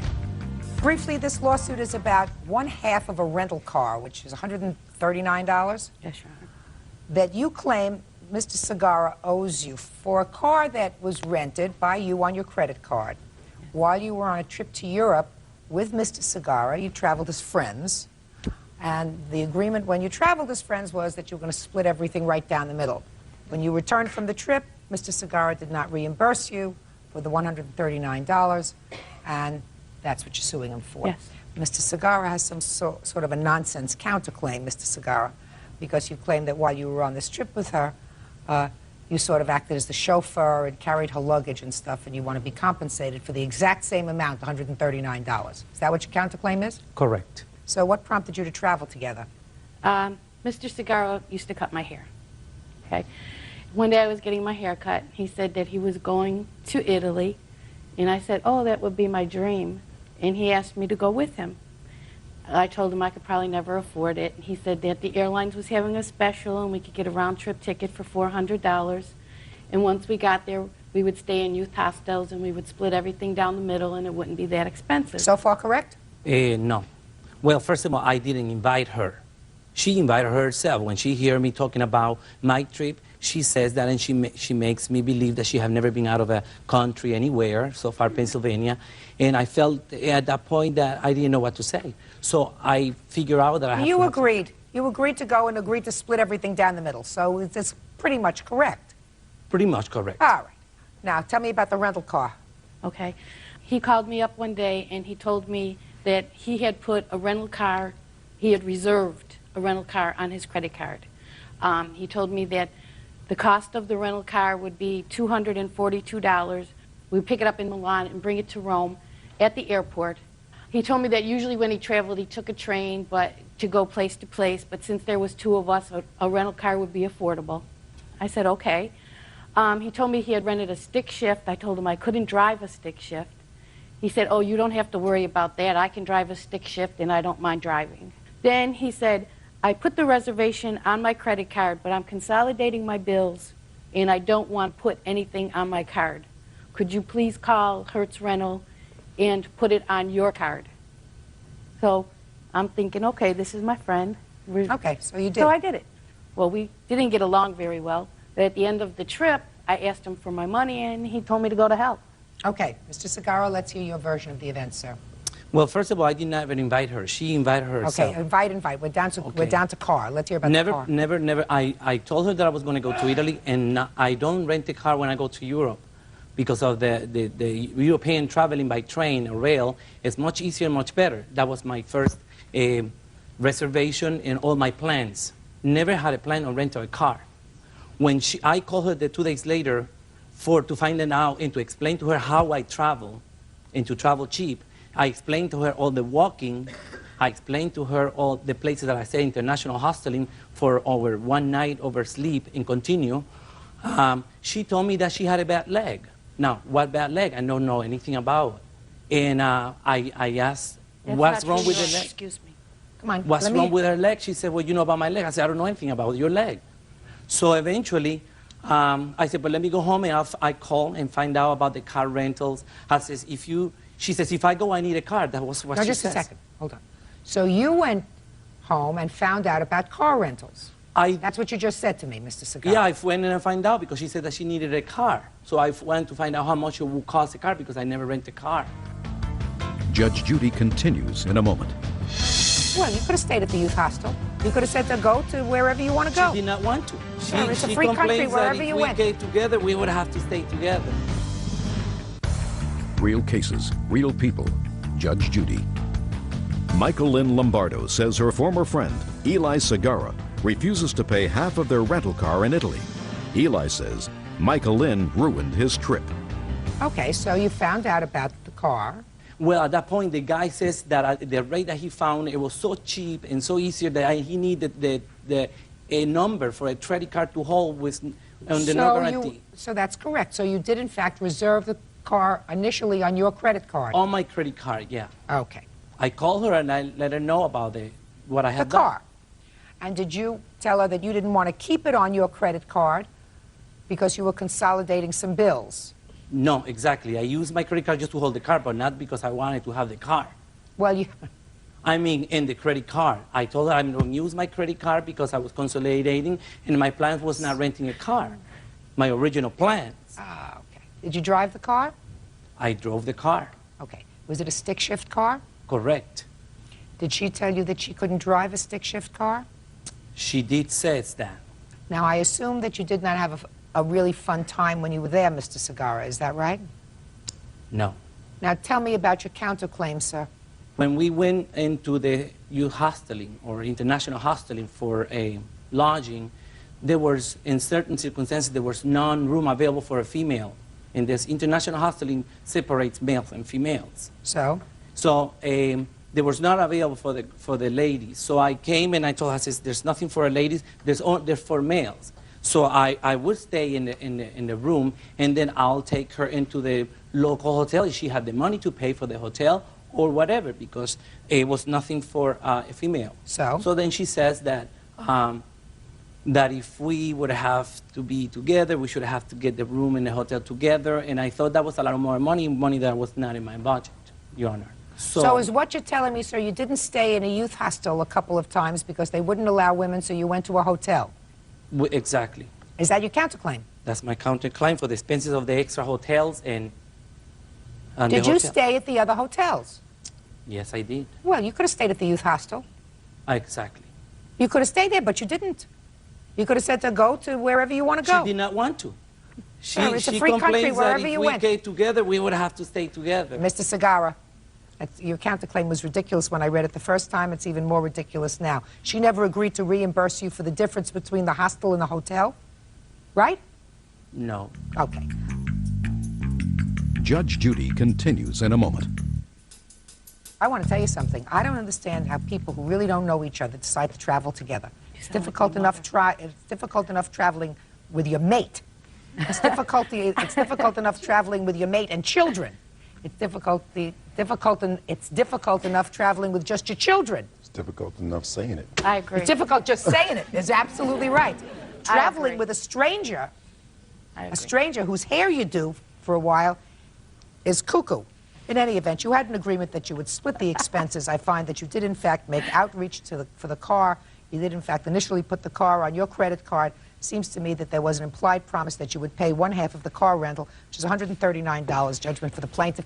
Suing his ex-girlfriend, 21-year-old Krista Kwalzik, for the cost of a trip to Cancun, the return of an engagement ring, and the return of a dog. Ah, Mr. Haidt, you and the defendant dated, according to you, contemplating marriage. You at some point gave her a ring that you say is an engagement ring. You want that back. Things didn't work out. You also claimed that after an argument, because the two of you were living together, the defendant left and took a dog that you had, at least in part, contributed to purchasing. You want that money back, and you want the cost of a non-refundable airplane ticket that you put on your credit card, her non-refundable ticket for a trip that the two of you were supposed to take. The defendant says the ring was a gift, the dog is hers, and she paid for the last trip that you took together, so this trip, well, you're going to have to pay for that because she paid for the last one. All right, let's take care of the ring first. That's the easiest. Can I see it, please?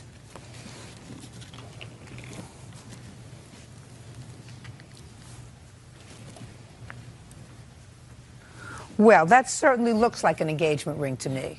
You know, that comes under the old category, if it walks like a duck and quacks like a duck, it's a duck. You know? Yes. When did you purchase the ring, sir? Actually, I purchased the ring in 2004, Your Honor. For her? No, Your Honor. I didn't know her back in 2004. You mean just in case you met somebody? No, I was in a relationship before, but I never gave that ring to another girl. I just had it, and I couldn't return it back then. So it never was on another girl's finger. But I did have it, Your Honor. Okay. By the way, did you ever tell her that you've had this ring since 2004? I didn't mention that, Your Honor. Go ahead. Okay. Me and the defendant, we broke up January 8th. And when she took possession of that ring was February 6th.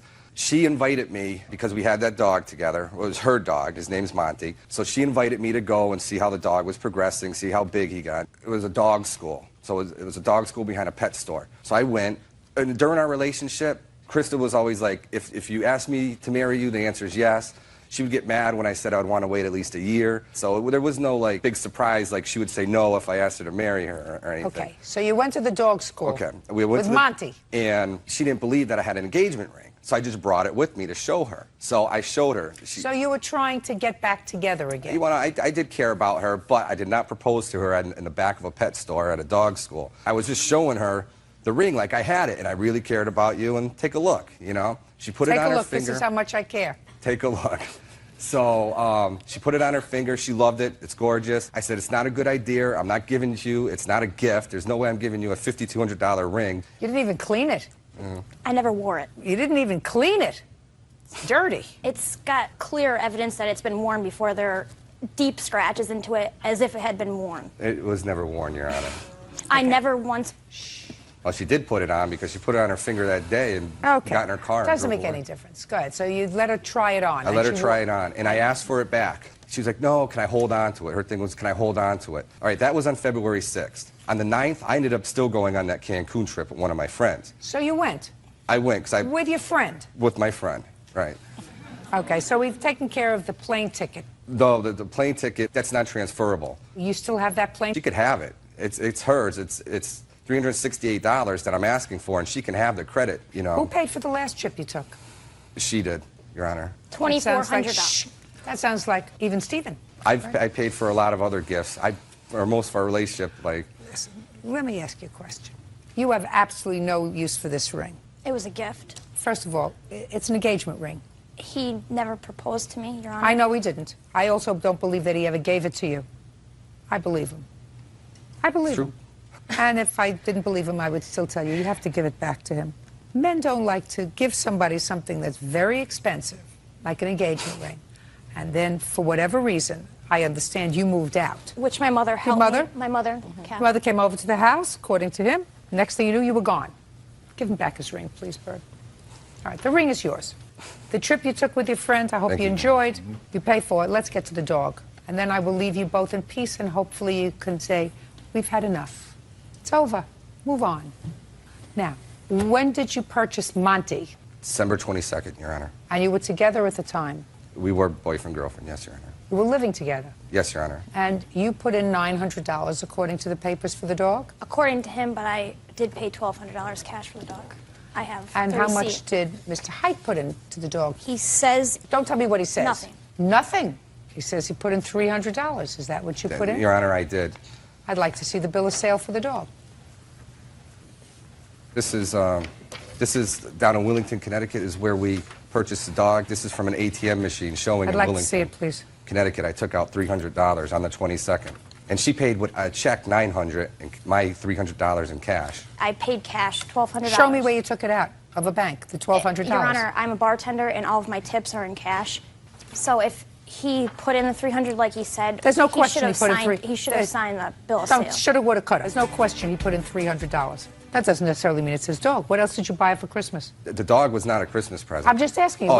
I'm asking you what you bought her for Christmas. Oh, what I bought her for Christmas? Tickets to a Broadway show in New York in a hotel room. Didn't you go with her? No. You mean she was going to go alone to the hotel, and she was going to go alone to the Broadway show? Well, we broke up. The show was in February, Your Honor. Listen to me. When you got tickets to the Broadway show, I assume you got 2 tickets. Yes, Your Honor. For the 2 of you? Yes, Your Honor. And the plan was for the 2 of you to go to a hotel? Yes, Your Honor. What else did you get for her? The cage for the dog was like $170 I bought her. What else did I get her for Christmas? That's a good question. Oh, I got her tickets for 6 Flags. I bought her a coat, like, I don't know, like $150 coat. What'd she buy you? Well, actually, she bought me Chris Rock tickets down at Mohegan Sun, which she took. She never gave to me. What else did she give me? I can't really remember. She didn't give me as nearly... Who went to the Broadway show? I didn't go. I don't know if she went. Did you go? No? Okay, listen. Forget the dog. You got your ring back? Yes, Your Honor. Are you a happy person? Yes, but I would Perfect. Be happy. Be happy. It's over. You got your ring back. You've held on to the ring 4 years. Yeah, yes, Your Honor. Maybe it's not good luck. No. Did you ever think of that? It's over. Finished. Thank you. Goodbye. 21-year-old child care provider Amy Helscher is suing former client, 20-year-old Heather McGlenn, for breaking their contract. Heather says Amy is a negligent caregiver. Miss Helscher, how old are you? 21. You run a daycare center? Yes, ma'am. For how many children? I'm licensed for 10 with 2 children under the age of 2. Who works in your daycare center? Just myself. And 10 children? I don't have 10. Right now, I currently watch 5 with my 2 children. 7 children. How old are they?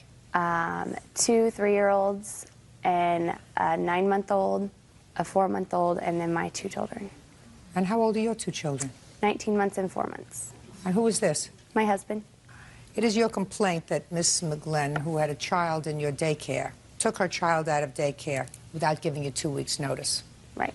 She has what appears to me to be a very good reason why she wouldn't give you 2 weeks' notice. In addition to the 2 weeks' notice, you claim that her child in your daycare. Yes. And you want her to pay the damage to the daycare. You also want her to pay late fees for not giving you the 2 weeks' notice. I'm absolutely amazed that you're here. Because according to what I read, Miss Holscher? Yes. Her baby, who's how old? 2 years old. 2 years old. The property that the baby damaged was some sort of a disc? A computer disc. That the baby put in a paper shredder. Yes. A paper shredder that was exposed so that the 2-year-old could get it while nobody was watching him. Okay, why don't you tell me how a 2-year-old can come in contact with a paper shredder that would shred a heavy piece of plastic?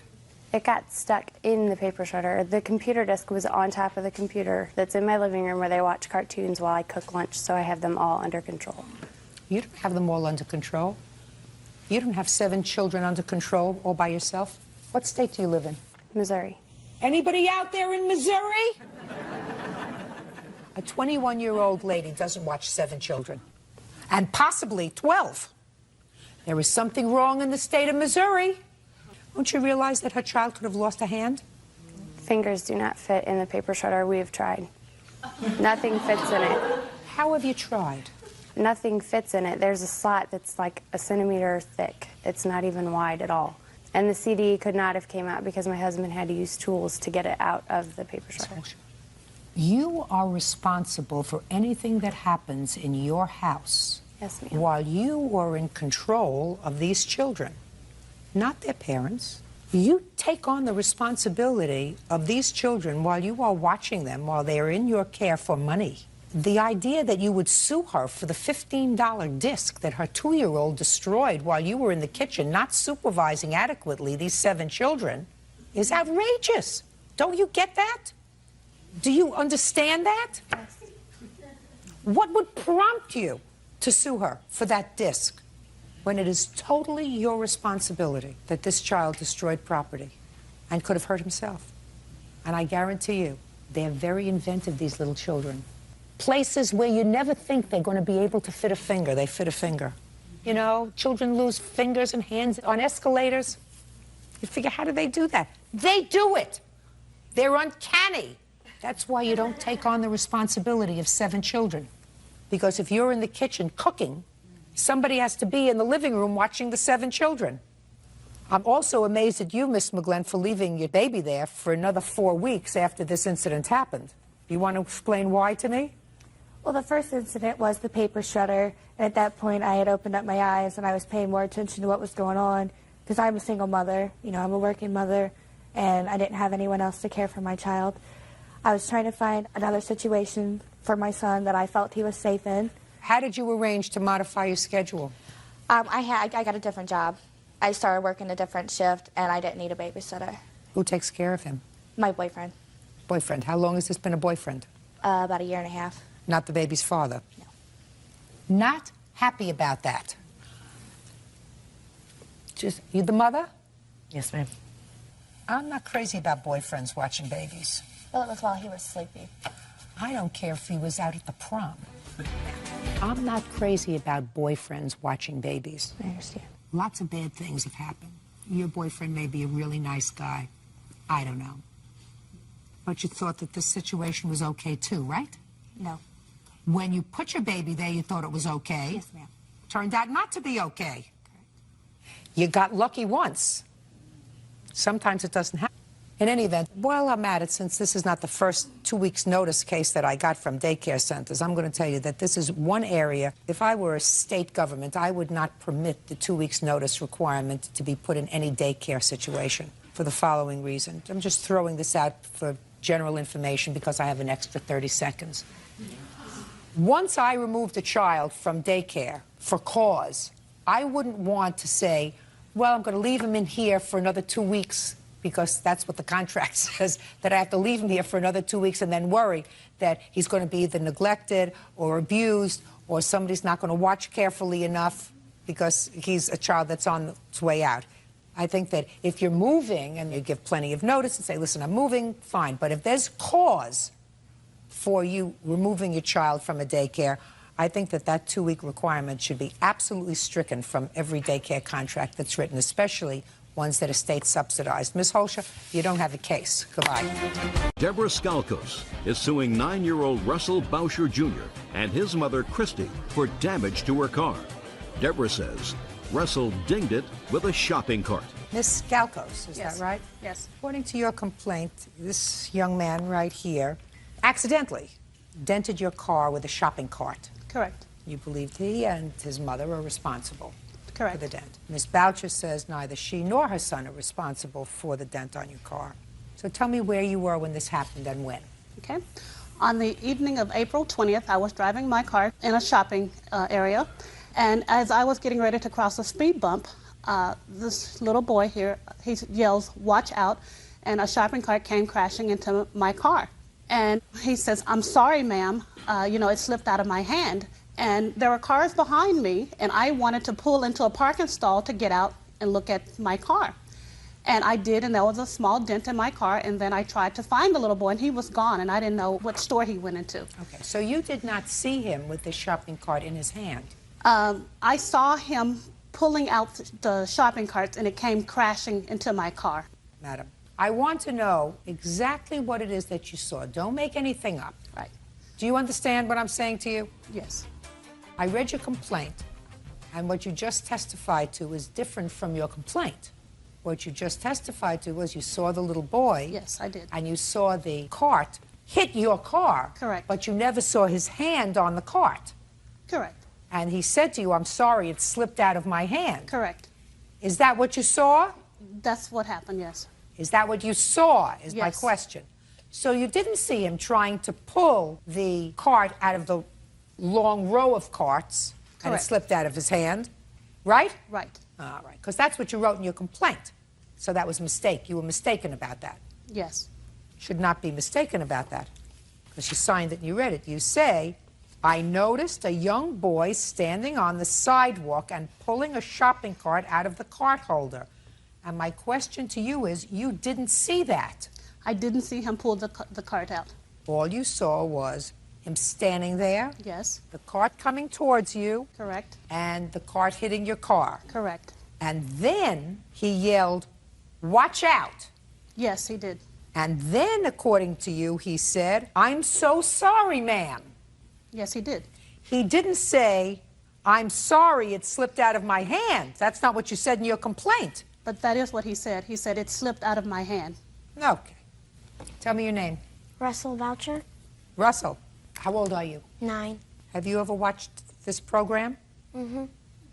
Yes. How many times have you watched it? A couple of times. And I think that your mom is very proud and very supportive of you, right? Yes. And I think you're a nice boy. Thank So you're going to tell me the truth today about what happened that day, even if it was a little different from what you told your mother. Got it? Yes. Because otherwise, bad things are going to happen here. Okay. Got it? Okay. Now, your mom went in shopping, Yes. and at some point she told you that she needed another cart. Yes. So what did you do? I went out to get another cart, and when I went out the exit, there was one right next to the exit on the left-hand side. So then I was grabbing the cart, and then I saw it going. I ran after it, and I yelled, Now you "Watch grabbed out." the cart. Stop right there. Okay. You grabbed the cart. Mm-hmm. How did you grab it? Show me with this. So you grabbed it and you touched the handlebars? Mm-hmm. Yes. And then you tried to wheel it around? Yes. And then what happened? And then when I saw the shopping cart going, So it slipped out of your hand? because there was 2 carts. I was grabbing one out of the cart stack, and then there was one on the side of the exit. I was grabbing the one out of the cart stack. I didn't grab it completely. It was halfway out, but it wasn't that one that went. It was the one next to the exit that went. Okay, And I but you ran touched after it. Your car touched it. The one that you were pulling touched it. Yes. And then you went inside. When you went inside, did you tell your mother? Yes. What did you tell your mother? That I saw a cart that was rolling down. I started running after it, and then I couldn't catch it. I said, "Watch out," and then that's all I told her. But you didn't tell her about the fact that you were touching the cart with the other cart, and that's when it started to roll down. No. All right, she's going to love you anyway. Right, Mrs. Boucher? Yes. Not hard. You sent him outside to do a job that perhaps he wasn't equipped to do. I certainly have some trouble trying to get those carts out of those cart holders, too, when we go shopping. You pull one, and all of a sudden you get 30. You don't want 30, all you want is one. But I'm very glad you told the truth today. Okay? Yes. Good. Got it, Mrs. Boucher? It's a little different. Right. Not a major deal. Good for you. Thank you. Told the truth today? If you had told your mother the truth right then and there, we might have avoided this whole problem. So you have to remember that for the future, okay? Yes. How much is the cost to fix your car? $601. Wow, let me see. What kind of a car do you have? I have a 2004 Toyota Highlander. Let me see. You have pictures of the car? Yes.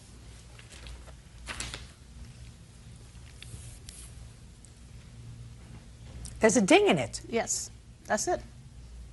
There are two dings. The shopping cart, it dinged it. Well, I'm going to give you some advice, okay? I also have a very nice car, and somebody last week dinged my brand new car, and we called the ding doctor. And for $150, the ding doctor comes to your house and pulls out the ding. Not 600, 150. And I am sure, where do you live? In Rancho Cucamonga. Oh, that's in California. Yes. Where every person has 9 cars. I guarantee you, you will find a ding doctor for $300 that will come and pull out these 2 dings in your car. Okay? Not 600. Judgment for the plaintiff in the amount of $300. That's all. Thank you. John Allen claims former friend Karen Stevenson owes for a loan of $1,800. Mr. Allen, it is your claim that the defendant borrowed some money from you. She's a former girlfriend of yours. Ms. Stevenson says that you're a con guy. She never borrowed any money from you. She doesn't know what you're talking about. Right? Yes, ma'am. Go. Okay. Yes, we were boyfriend and girlfriend, and we decided to part ways, and we remained friends. On about the middle of September, about a week before I actually loaned her the money, she called me in desperation, said Lisa had taken a checkbook that no longer existed, a checking account, wrote a check out for $1,800. She needed money, that the bank was pressing charges, and she wrote out a bad check? Yes, Lisa. Is Lisa here? No. Where is she? She lives in Florida. Who does she live with in Florida? Herself. What does she do for a living? She's a cashier. Ever been arrested? No. Ever been charged with crime? Lisa? No. Lisa? No. Okay. Go ahead. So at the time, when she called me, she said, I need this money. If I don't pay this $1,800 back. For Lisa? For Lisa, they're going to arrest me because it was drawn on my bank account. So... Oh, just a minute. Where do you live? Salisbury, Maryland. You live in Maryland, and somehow Lisa got hold of one of her old checkbooks. Yes, ma'am. And Lisa forged a check for $1,800. Yes. But there was no longer an account. Yes, ma'am. And Lisa cashed a check in Florida. Somewhere, I don't know actually, when she said, but it was a check written on this account, and it bounced, so the bank was going to press charges, and if she didn't pay the money back, they were going to put her in jail. Put who in jail? Karen. It's not true. She didn't write a bad check. Well, that's what she told me, ma'am. That sounds ridiculous. Okay. I mean, doesn't that sound ridiculous? How old are you?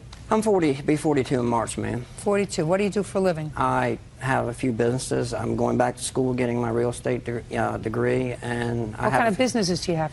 I have a business running a company. I started in 1990. What does it make? What does it do? Well, I buy and resell food as like a Cisco or a U.S. food service. You do that now? No, right now I am in the process of going back to school. The company So now you don't do anything? No, the company still exists. I'm collecting my accounts receivables and stuff like that. Yes, ma'am. I'm still in the process. I have real estate I'm selling. I do various different things. Who do you live with? I live with my brother right now. I'm in the process of selling my real estate. You're in the process of doing an awful lot, Mr. Allen. Yes, ma'am, I am. Are you in the process of going through a bankruptcy? No, ma'am. Did you go through a bankruptcy? No, ma'am, I haven't. Did you ever apply for a bankruptcy? No, Did you ma'am. ever consult with a lawyer about a bankruptcy? Yes, I have. When? I consulted with my lawyer in September, August, September, October, just discussing... September of 2006? Yes, ma'am. About the same time that she was asking for some money? Yes, ma'am. Now, why would you consult with an attorney about a bankruptcy, sir? I'd just gone through a divorce that, you know, the settlement of property had to be dispersed. I had loans with my company, just seeking my different options, you know, out there. It was discussed, but it was never gone through. I'm in the process of selling my assets to pay debts. That was my choice to do it that way. You know, I want to make sure all of my bills are paid. That's why I'm selling my home, other real estate. I have a $1.5 million piece of business real estate that I'm in the process of selling. What's the mortgage on it? $790,000. When did you purchase it? I purchased it in June of '04. In whose name is it? It's in my company's name. Which is? Paradise Produce Company Incorporated. Who else is a partner in Paradise Produce? Nobody. Current on your mortgage payments? Not at this time, no. They are in the process of being sold right now. Is there a contract for the sale of the property? Yes, there is a contract for the sale of the property. It's pending on other things, you know, that's going on in the community. So, You got a lot going on in your life, Mr. I'm a very active man. You're got a lot going on. Yes, ma'am, I do. Okay, so she asked you for this $1,800, and what did you do, sir? I just wanted to get a sense, because I have to figure out who's pulling my leg and who's not. I wrote her this check out from one of my bank accounts. I have numerous bank accounts because I have personal things, business things, and all that. And I actually wrote it out to her name and put loan on the memo. I handed this check to her on September 26th, and she took it, and I said, you can go right down the road and cash this check at my bank. Where did you give it to her? I gave it to her in the shopping center parking lot. I met her in Del Mar, Delaware, on the Delaware side. So that night, she called me back. She says, well, I don't think I can cash this check. I've lost my license, and I don't have a current checking account. I said, well, you can go right to the bank and cash this. I said, I made it out to you, and there's money in the checking account. She said, no, I'd rather you go to the bank and cash a check. And I said, well, let me think about it. And I said, but I would need this other check back. So the next day, I went to Laurie. This is my witness, Laurie Collins. Can I bring her forward, Judge? Or? Who are you? I'm a friend of John's. What kind of a friend? Close family friend for over 30 years. Okay, go ahead. So I went by Laurie's house. I discussed it with Laurie. I said, Laurie, I'm going to probably loan some money. I have loaned some money. She wants me to take the check back and go to the bank and cash the check and give her the $1,800. And Laurie said, well, just make sure that you keep this check here, the first check, if she gives it back to you. First check is of no value. Right. Unless I can test for fingerprints on it. Right. And then the second check is, I wrote her name in the memo that I cashed this check. Here's yeah, well, that's what you wrote. And I went to the bank. You cashed the check and wrote her name in the memo. Right. So I told Laurie, I said, Laurie, I have loaned this lady some money. I said, as a friend, I just wanted somebody to know that I had loaned her the money. Was she there when you gave her the money? No, ma'am. Good. Sit down. And at the time I wrote the check out, I have bank accounts with different amount of figures in it. You know, right now, $25,000 on this. If I needed it, she claims that I needed the money for myself. I don't need it. Just show me the account where you took out the $1,800. Yes, right there. Okay. Your Honor, he states that the first check that he wrote me, he had $1,800 in that account. That's the check he first gave me. I subpoenaed his bank records. $1,800 was not in there. He had Can I see it, please? Yes, ma'am. He had $72.79 in that account. Let me see.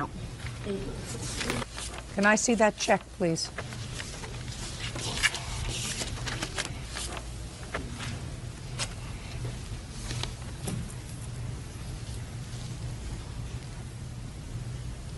Sir, you wrote her a check on 9/26 for $1,800. You didn't have $1,800 in that account. Right. On which you wrote this $1,800 check. Right. Well, why would you write her an $1,800 check and tell her to go? Because I was going to make a deposit in the account. I moved money from different checking accounts. I have interest-bearing accounts with my business and everything like that. I move money when I need money to pay bills like in the business. Yeah, but you didn't move any money here, sir. You didn't move any money here. 3 days later... She gave me the check back because she said that she couldn't cash it. I understand that. Because she didn't have a license. Listen to me. Yes, ma'am. That was not the same day, sir. You already testified. It was the next day that she called you and said, I don't have a driver's license, and therefore I can't cash this check. Right. Now, you had already told her to go and cash the check, which she could have done on 9/26. That's right. That's right. Okay? On 9/26, if she went to your bank Yes, ma'am. and deposited that check. They would not have cashed that check because there was no balance in They that could have account. moved the money from my business account, which is with the same bank, to cover my overdraft. There's no overdraft privilege in here. I'm sorry, I did lend this lady some money. Go ahead. He also says he gave me the $1,800. I was leaving that day to go out of town for a wedding. I was running around getting my nails done, my hair done. He didn't give me $1,800. Okay.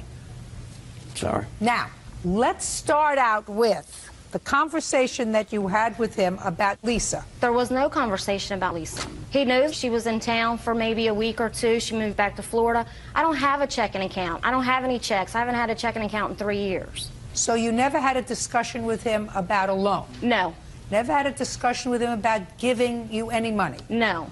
Why do you think he would make up this convoluted story? Your Honor, his business account had been frozen because he owes so many people money. Okay? He couldn't even make payroll. John and I continued to talk. We were good friends.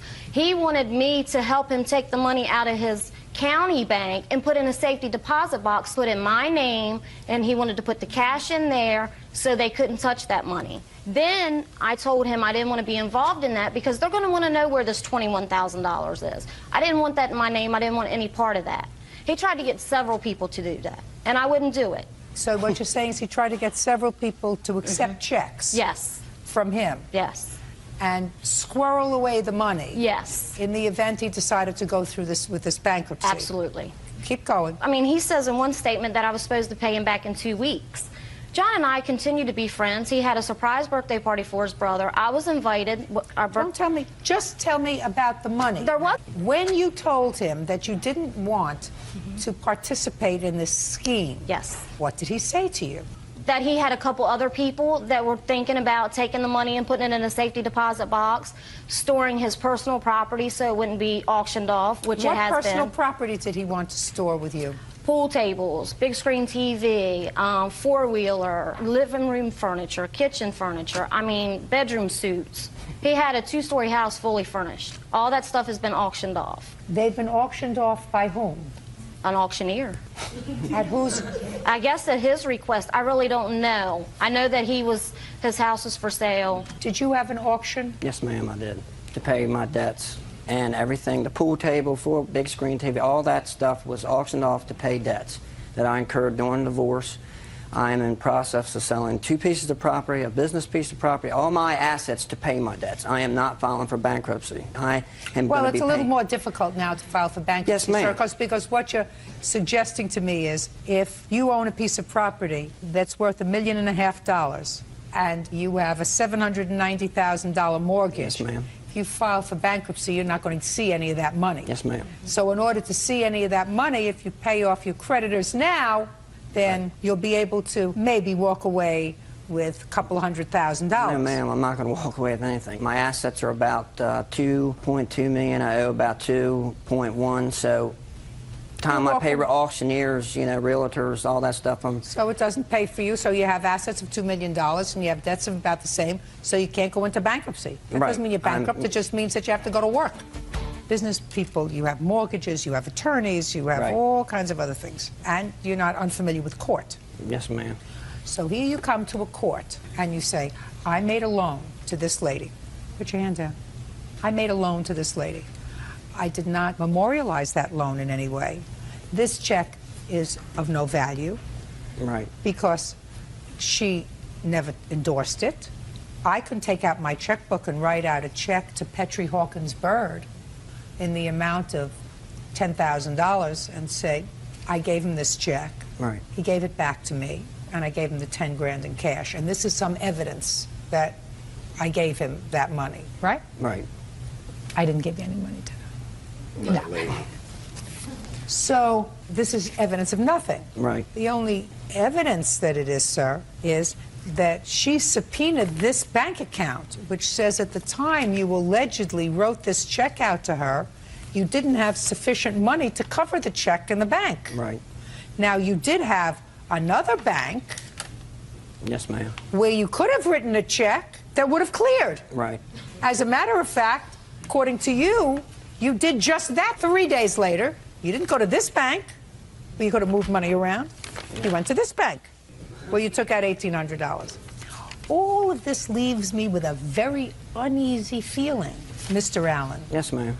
And if I have a very uneasy feeling, sir, the fact that you brought a witness that says that you told her all about this loan is of no value. So, Mr. Allen, it is possible, just possible, that you loaned her $1,800. Yes, ma'am, I did.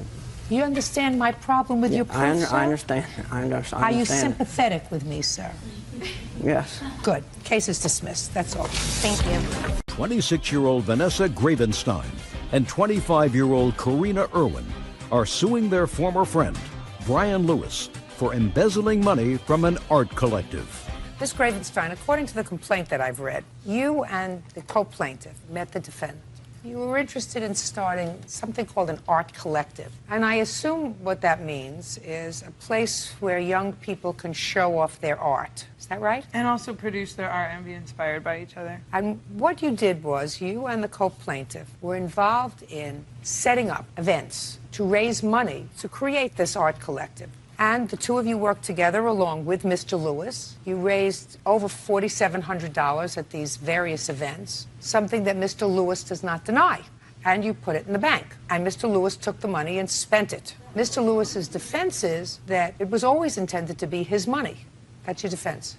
Essentially. Well, Mr. Lewis, I want you to explain that to me, sir.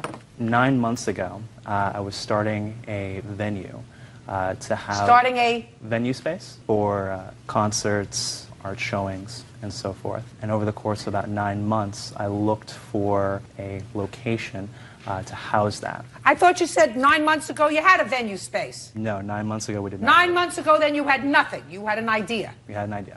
Keep going. And over those 9 months, I started a business called... What was the business? The business name was Is Village, and it was filed by the Secretary of the State of Oregon. So now you had an idea that you gave a name to, and you filed a registration of the name. So far you have an idea and a name, and nothing else. Keep going. I basically looked for individuals to help me create this venue space that was supposed to be owned by myself, and met with friends and other individuals, and they aided me in organizing different events. Who aided you? These two individuals and a rotating group of individuals that came in, came out. Keep going. We held events, generated money, and because the business belonged to me, it was put in my personal bank account and was my personal Why was it property. put in your personal bank account? Because the business was mine, I started the group, the money was essentially mine from the get-go. No, that's not true.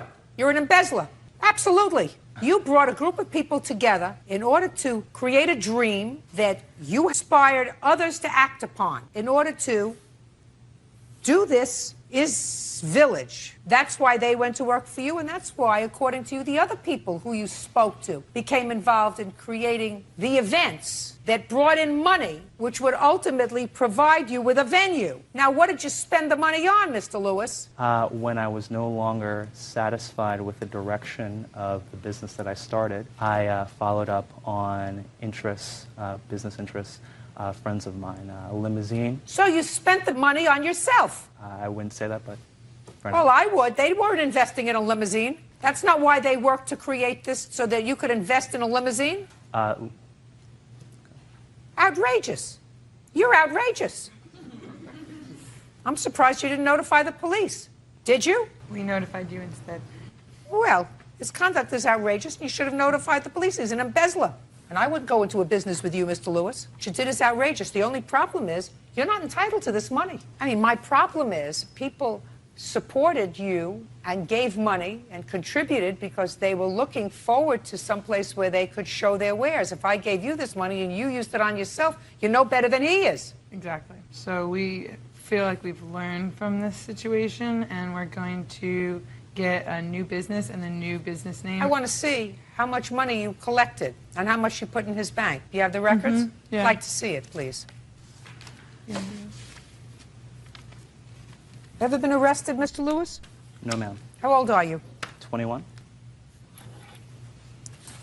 Better go back to business school. Definitely considering it. I want to see where the money went in. The deposits are highlighted and circled, and then we wrote next to it which benefits that money came from. Oh, that's fine. As soon as you get me the bank records. Not these. The bank records. Do you understand? You mean you can't get them because they're in his name? I will sign an order for the bank to turn those over to you, unless he does. You prepared to turn those over? More than happy to do it. Fine. As soon as we get those, and you have a venue with a signed lease, the check will be made payable to that venue. Do you understand? That comports with the reason that not only you, but other people became involved in this vision. Is that reasonable? Absolutely. Perfect. Thank you very much. Grow up, sir. Otherwise, you're going to find yourself in jail. That's all. Bonnie Stang is suing her ex-boyfriend, Thomas DeJana, for credit card charges in excess of $11,000. Ms. Stang, it is your claim that Mr. DeJana owes you some money. Yes. Owes you some money because he used your credit card? Yes. You were given him permission to use your credit card with the understanding that he was going to take care of the bills from the credit card and use it only for emergencies. Mr. DeJana racked up thousands of dollars of expenses on the credit card, and you want that money back. Yes, Your Honor. In addition, claim he owes you some money for rent because he rented a condo of yours. All of that is well in excess of this court's limit of $5,000. So we'll get into the rent only if we have to. Let's deal with the credit card. Okay? Mr. DeJana, I want you to pay careful attention, sir, because it's my understanding that it is your claim that you were told that this was a credit card for your use because you are a disabled person. She cared for you, and she was just being a nice person. There was never any expectation that you were going to pay this credit card back yourself. That's my attestation, yes, ma'am. Mr. DeJana, perhaps I can start with you, sir, if you don't mind. Where and when did you meet Miss Stang? I met Miss Stang on an internet dating site. So you were looking for a date? I was looking for some companionship, yes, ma'am. How old are you? 38. Ever been married? Yes, I have. How many times? Once. Do you have children? Yes, I do, Your Honor. How many? One. How old? She's a 9-year-old daughter. And in what state does she live? New York. And where do you live? On San Diego. You live very far away from your child. Yes, I do. How come? During... is not an answer. Excuse me? Is not an answer. My apologies. I moved to San Diego because of the divorce situation. Was a little bit too much for me to deal with being so close to the situation. We were having some custody issues and things of that nature, so I thought that I would move to San Diego for a little while to give myself some room. I ended up loving it and staying. How often do you see your daughter? 3 or 4 times a year. Does she come to you or do you go to her? She's still a bit young for that travel, so I go to New York. When was the last time you were there? Christmas. You pay child support, Mr. DeJana? Yes, I do. How much? $500 a month. Are you in arrears of your child support order, and in what jurisdiction is your action pending? It is in Nassau County, and those arrears, there's a petition for dissolution of the arrears going before the court. So the answer is that you are in arrears? Yes, I am. How much in arrears are you, sir? Not exactly sure, ma'am. Due to the fact that I have been paying cash to my ex-wife at times, the court settlement numbers were different than Can I what we please agreed have on. what amount they are alleging you are in arrears? I do Just a not second. know. You tell me that you petitioned the court to have the arrears vacated. That will be happening this summer. Well, how much did you ask them to dissolve? Your Honor, I have no idea because I have not spoken with an attorney about this yet. I plan on being back in New York this summer and taking care of these issues. So you haven't started anything? No. He's cute. You know. Now, Mr. DeJana, when did Miss Stang give you a credit card? Just before I went to New York for Christmas. And what did you tell her when she gave you the credit card? I told her, thank you very much for helping me out in this time of my need. Why were you in need, sir? I went on disability October 26th, and the California Disability October Insurance... 26th of 2006, you went on disability. Yes, Your Honor. What is the nature of your disability? I had a torn-up shoulder. From what? Playing baseball. What kind of work were you doing? I'm an industrial electrician. Okay. So you went on disability. Yes, October 26th, my doctor signed the disability note. By the time I was leaving... Were you playing baseball for your company? No, I was not playing baseball for my company. I was playing baseball for my own recreation.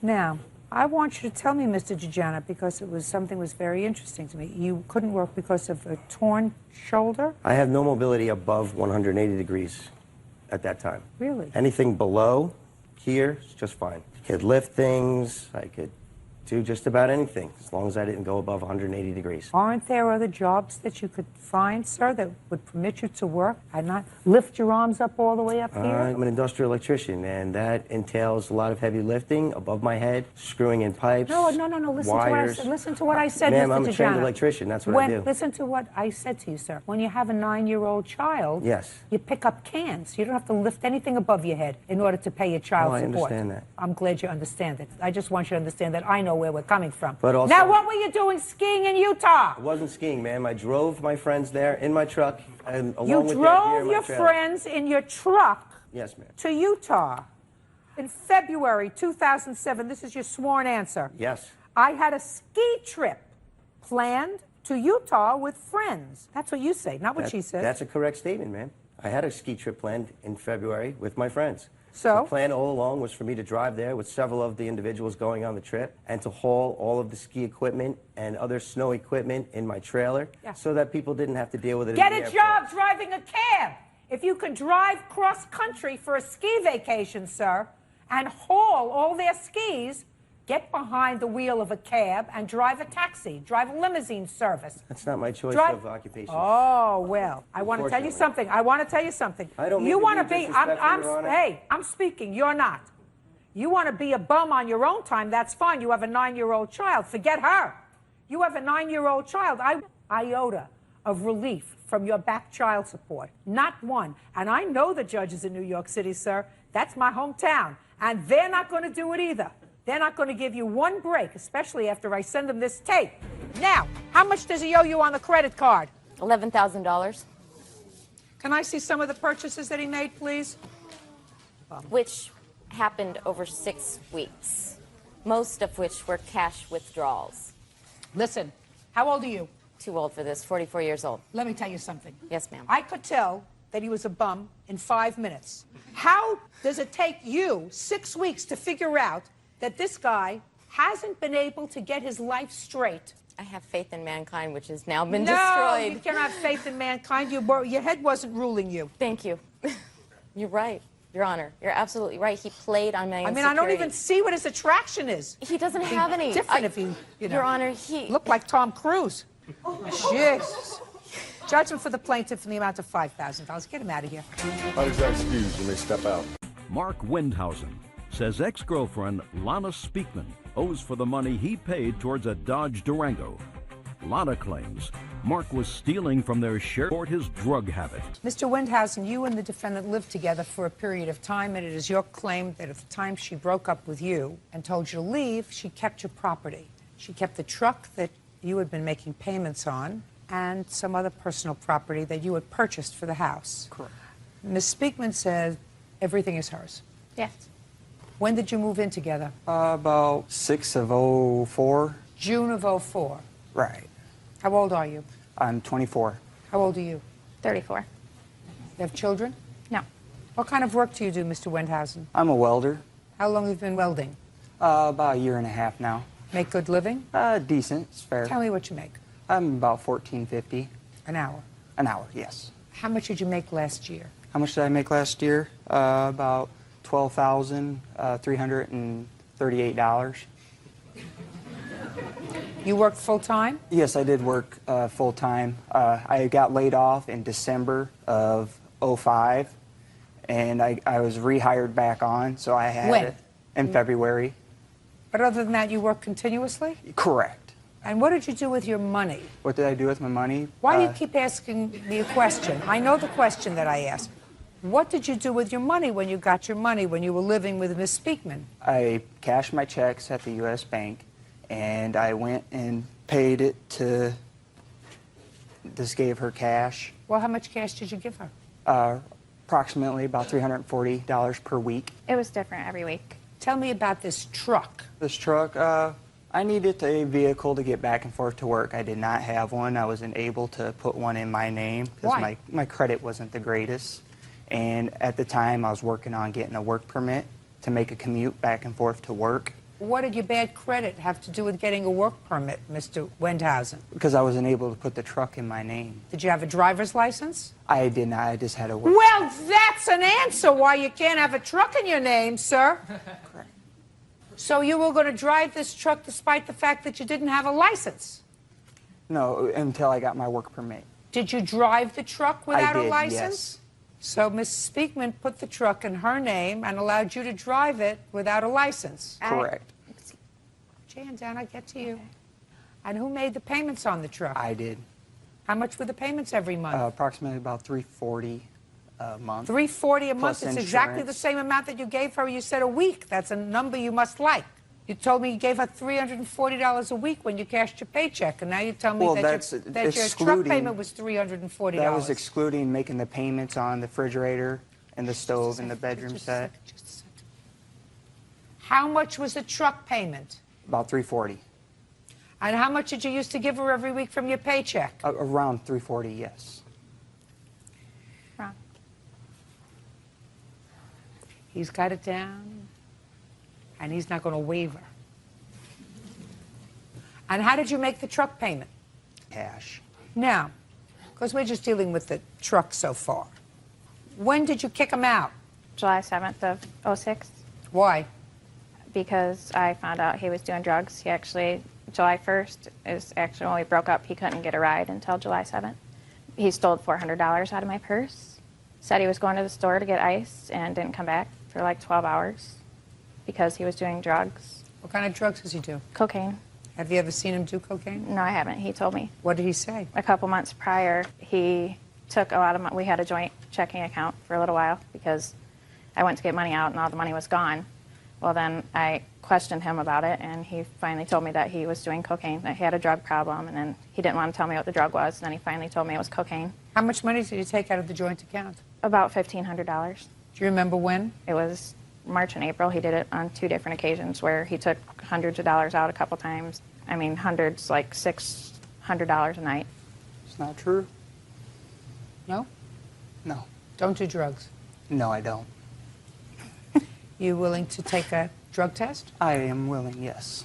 Willing to take a hair follicle test? That's fine. Right after court? It's fine. You understand that if you go for one of these tests, they will, and if it's positive, they won't let you be a welder. You understand that? Correct. You prepared to sign a release that the drug test results can be sent to your employer? Oh, is not an answer. I have smoked weed, yes. Weed So- we're not talking about, sir. We're talking cocaine. All right. Got me? Yeah, I got you. Perfect. If you have a problem and you're 24 years old, you better get rid of your problem. Do enough cocaine so you're going to have a brain like mush. You know, when you start up here, you can have a brain like mush. When you start over here, it's over very, very soon. Now, how could you take money out of a bank account? It's my money, too. Well, if you're putting in $300 a week to run a household, you have rent, you have food, you have gas, you have electric, you have all the other stuff, and was he giving you an extra $340 for the truck payment? No, he wasn't. He gave me, his checks were different every week. So he gave, sometimes it was only $100. Sometimes he didn't give me any money at all. Yeah, because if he's making $15 an hour, earning $12,000 a year just doesn't, Well, that was doesn't make it. The truck payment was $320, and it did come directly out of my bank account ever since I bought Well, the it truck. may have come directly out of your bank account. That doesn't mean, quite frankly, Ms. Speakman, that he wasn't giving you money. My question is, was he giving you money earmarked for this car payment, or was he giving you a certain amount of money every week? It was different amounts every week because, like I said, sometimes his checks were always different. Sometimes he would give me nothing. Sometimes he would give me $100. There was a couple times he probably gave me $300. And what about the monthly truck payment? What? Did he give you money for the Directly monthly for truck that. payment? No. In cash is my question. No. Okay. Go ahead, sir. Yeah, I was just kind of curious, how could she make the payment for a car payment, a truck payment, a house payment, and all the other utilities if I was not paying any money to that household? She didn't say you weren't paying any money. But how could she afford I make those a lot vehicles? more money than he does. What kind of work do you do, Ms. Speakman? I work at a factory. And how much do you earn an hour? $22 an hour. And how much did you earn last year? $50,000. And you were earning $15 an hour, which is, you know, only a third less, and you only made $12,338, sir. That figure that you told me specifically, $12,338, which is what you said you earned last year, only 2 months you were out of work. Miss Speakman. Yes. What did you do with the truck? I still have the truck. I'm still making payments on the truck. What are you going to do with the truck? I'm probably going to keep it. Now, if Mr. Wendhausen is prepared to get a loan for $5,000 in his name, are you prepared to give him the truck? No. Sure. Sure you are. Listen to me, Mr. Wendhausen. You come back to me with a fully committed loan in your name for $5,000, and I will direct Miss Speakman to turn over the truck to you. Do you understand? I do. But she certainly doesn't want to give you a truck that's in her name, and she's certainly not going to give you the value of it or what you claim to put in, because you can't prove what you put into the truck unless you have canceled checks. No, I paid everything cash. Yes. Right. So go get yourself a loan, and then Miss Speakman is going to turn over the truck to you. You think that's going to happen, Miss Speakman? I don't think he'll be able to get a loan. Correct. Correct. But if he can... But what about I paid it, like for the whole year that he hasn't been there? It was sort of a fluid situation. Right. But I certainly don't think that you ought to get stuck with this truck and turn it over to him. And I certainly don't believe that he, each and every month, paid you his portion of the expenses as well as the $340 for the truck, because he didn't make that much money. Right. Now, what other property do you claim, sir, is yours that she kept when you I have moved a out? GE arranged stove that I When purchased. did you purchase that, sir? I purchased it in about 11:05. And you moved out in? 7/06. And did you eat while you were there? I did, yes. And did you use the stove? I only had it for about a month or two before I moved out. Show me proof that you purchased it. He just said we got the stove in November, and he moved out in July. So I got it. Okay. Okay. Thank you. I see it's purchased by you, Mark Wendhausen. Right. Show me how you paid for it. I paid cash. I have a check. Can I see it, please? These are the 2 payments I made. These are the 4 payments that were made total. Okay.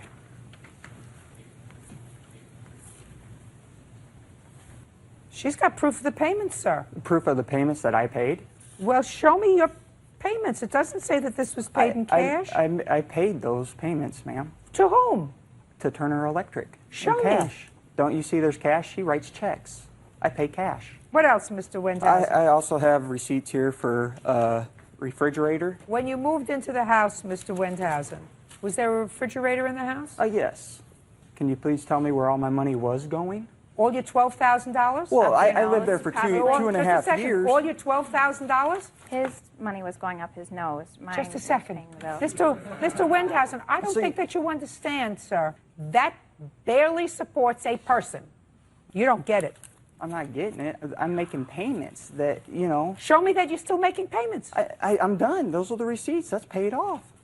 And you paid for it, and you used the refrigerator, and you used the stove while you were in her house? Yeah, it's my Goodbye, name. Mr. Wendhausen. Do you think I could I take think you have a problem, and I think that you really have to take care of your problem. If you manage to secure a loan for the truck, I am going to direct Ms. Speakman to turn the truck over to you.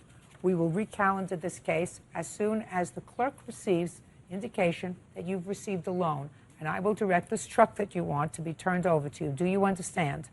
Okay, I do, but... Good. Thank you very much. Goodbye. Kenny Loud says neighbors Keith and Tammy Cavanis owe for the return of 2 dirt bikes.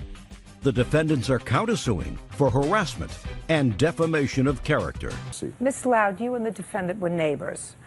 You purchased 2 dirt bikes at some point, and then according to your complaint, you and your husband separated. You couldn't maintain the payments on the bikes, so you sold them to your neighbors. Yes, ma'am. And they acknowledged that you did, in fact, sell them to them, and the price for the 2 bikes was, I believe, $1,800. Is that correct? Yes, ma'am. You made only $300 worth of payments, is that right? Yes, 3 ma'am. payments of $100 each. Yes, ma'am. And your last payment was in February? Yes, ma'am. She wants her money. Do you have a defense? We attempted to make the payment, and she refused it. Show me. Here's the return. That's the receipt for the money, the certified letter, and that's where they refused it and sent it back. We called her. March 23rd. When was your payment due? On the 15th. We called her on March 15th. So she sent us a text on March 14th, and we had gone out of town and we had forgotten about it. So we called her and told her we were out of town and asked if it would be okay if we paid it on the 20th when we returned. And if not, my nephew had access to our funds, and he could bring it down to her right then because it's only a few houses down.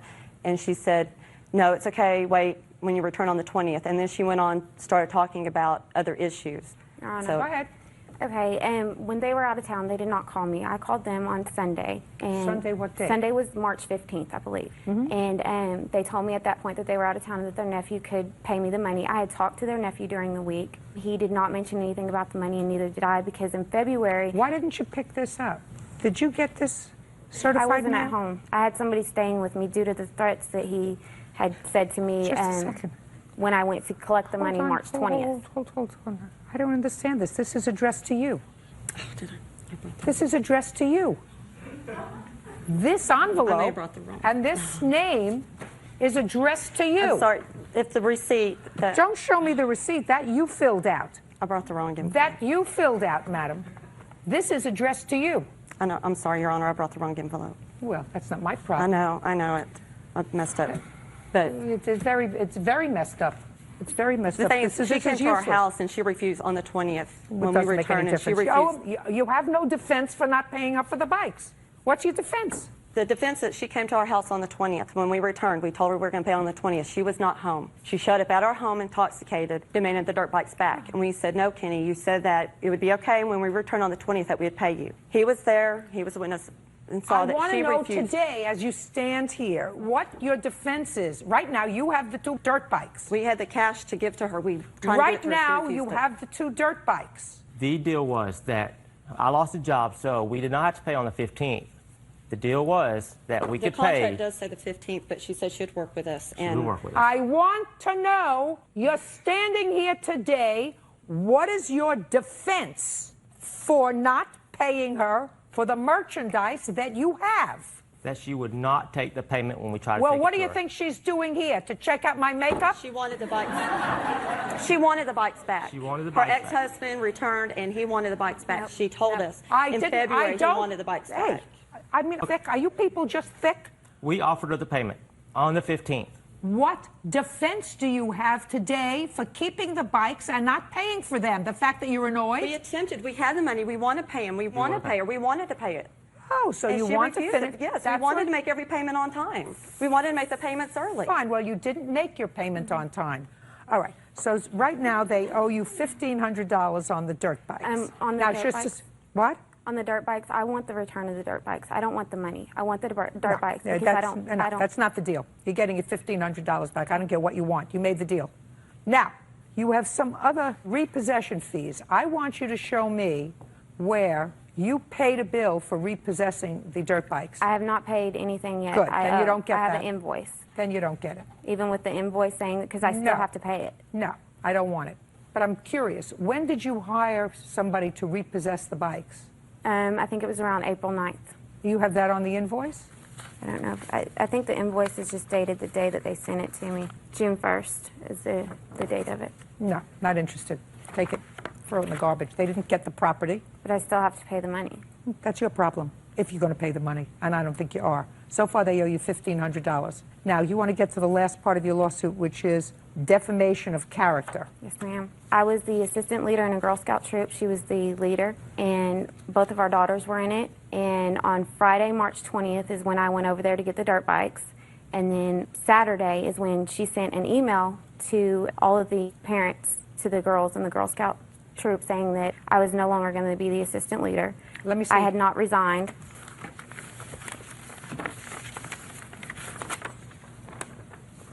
Just want to see what she says in it. I have mine also if you want to compare the two.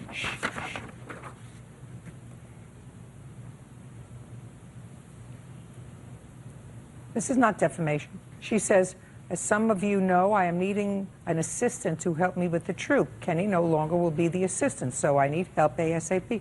She doesn't say anything else about you. I was forced out of the group by her when I had sent. I don't care. I had talked to the. That's not defamation.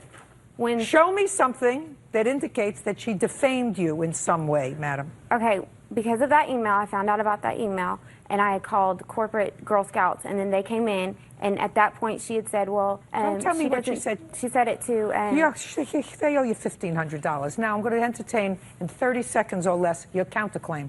She kept calling counsel over and over again. They were just Don't irritated. tell me what they were just... And she told them that You can't tell me what she told them. That's hearsay. I have the letter from the counsel. I don't she care told if them you that have I a stole letter. money. Just a second. I don't care if you have a letter from counsel. I don't read letters from counsel. Letters from counsel are hearsay. You have anything that she wrote? Oh, I have the letter that she sent to all the girls. Well, she sent it to counsel to send it to the girls, and saying that I told them stuff, which I didn't. And then the letter from counsel says that she had me investigated for stealing money. I don't care. That's hearsay. Do you understand? That she had me investigated for stealing money? That's hearsay. This is not defamation. She's saying that I understand that Tammy Cavan has communicated with you by email or in person about a week and a half ago that I had quit the troop. That's not what she said at all in her email to the troop that you gave me. She just said I will be needing a new assistant and Kerry will no longer be. She didn't say you quit. Show me where it says you quit.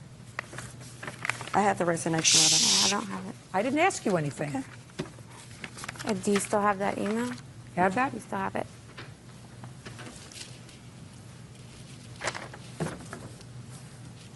Kenny will no longer be the assistant That's what leader. it says. She will no longer be. She doesn't say you quit. And it's all a matter of semantics anyway. It's nonsense, ladies. You owe her $1,500 for the dirt bikes that you have. Your counterclaim's dismissed. That's all. Parties are excused. You may step out. 19-year-old Chris Alford is suing his ex-girlfriend, 19-year-old Ashley Griffin, for a loan to pay her rent.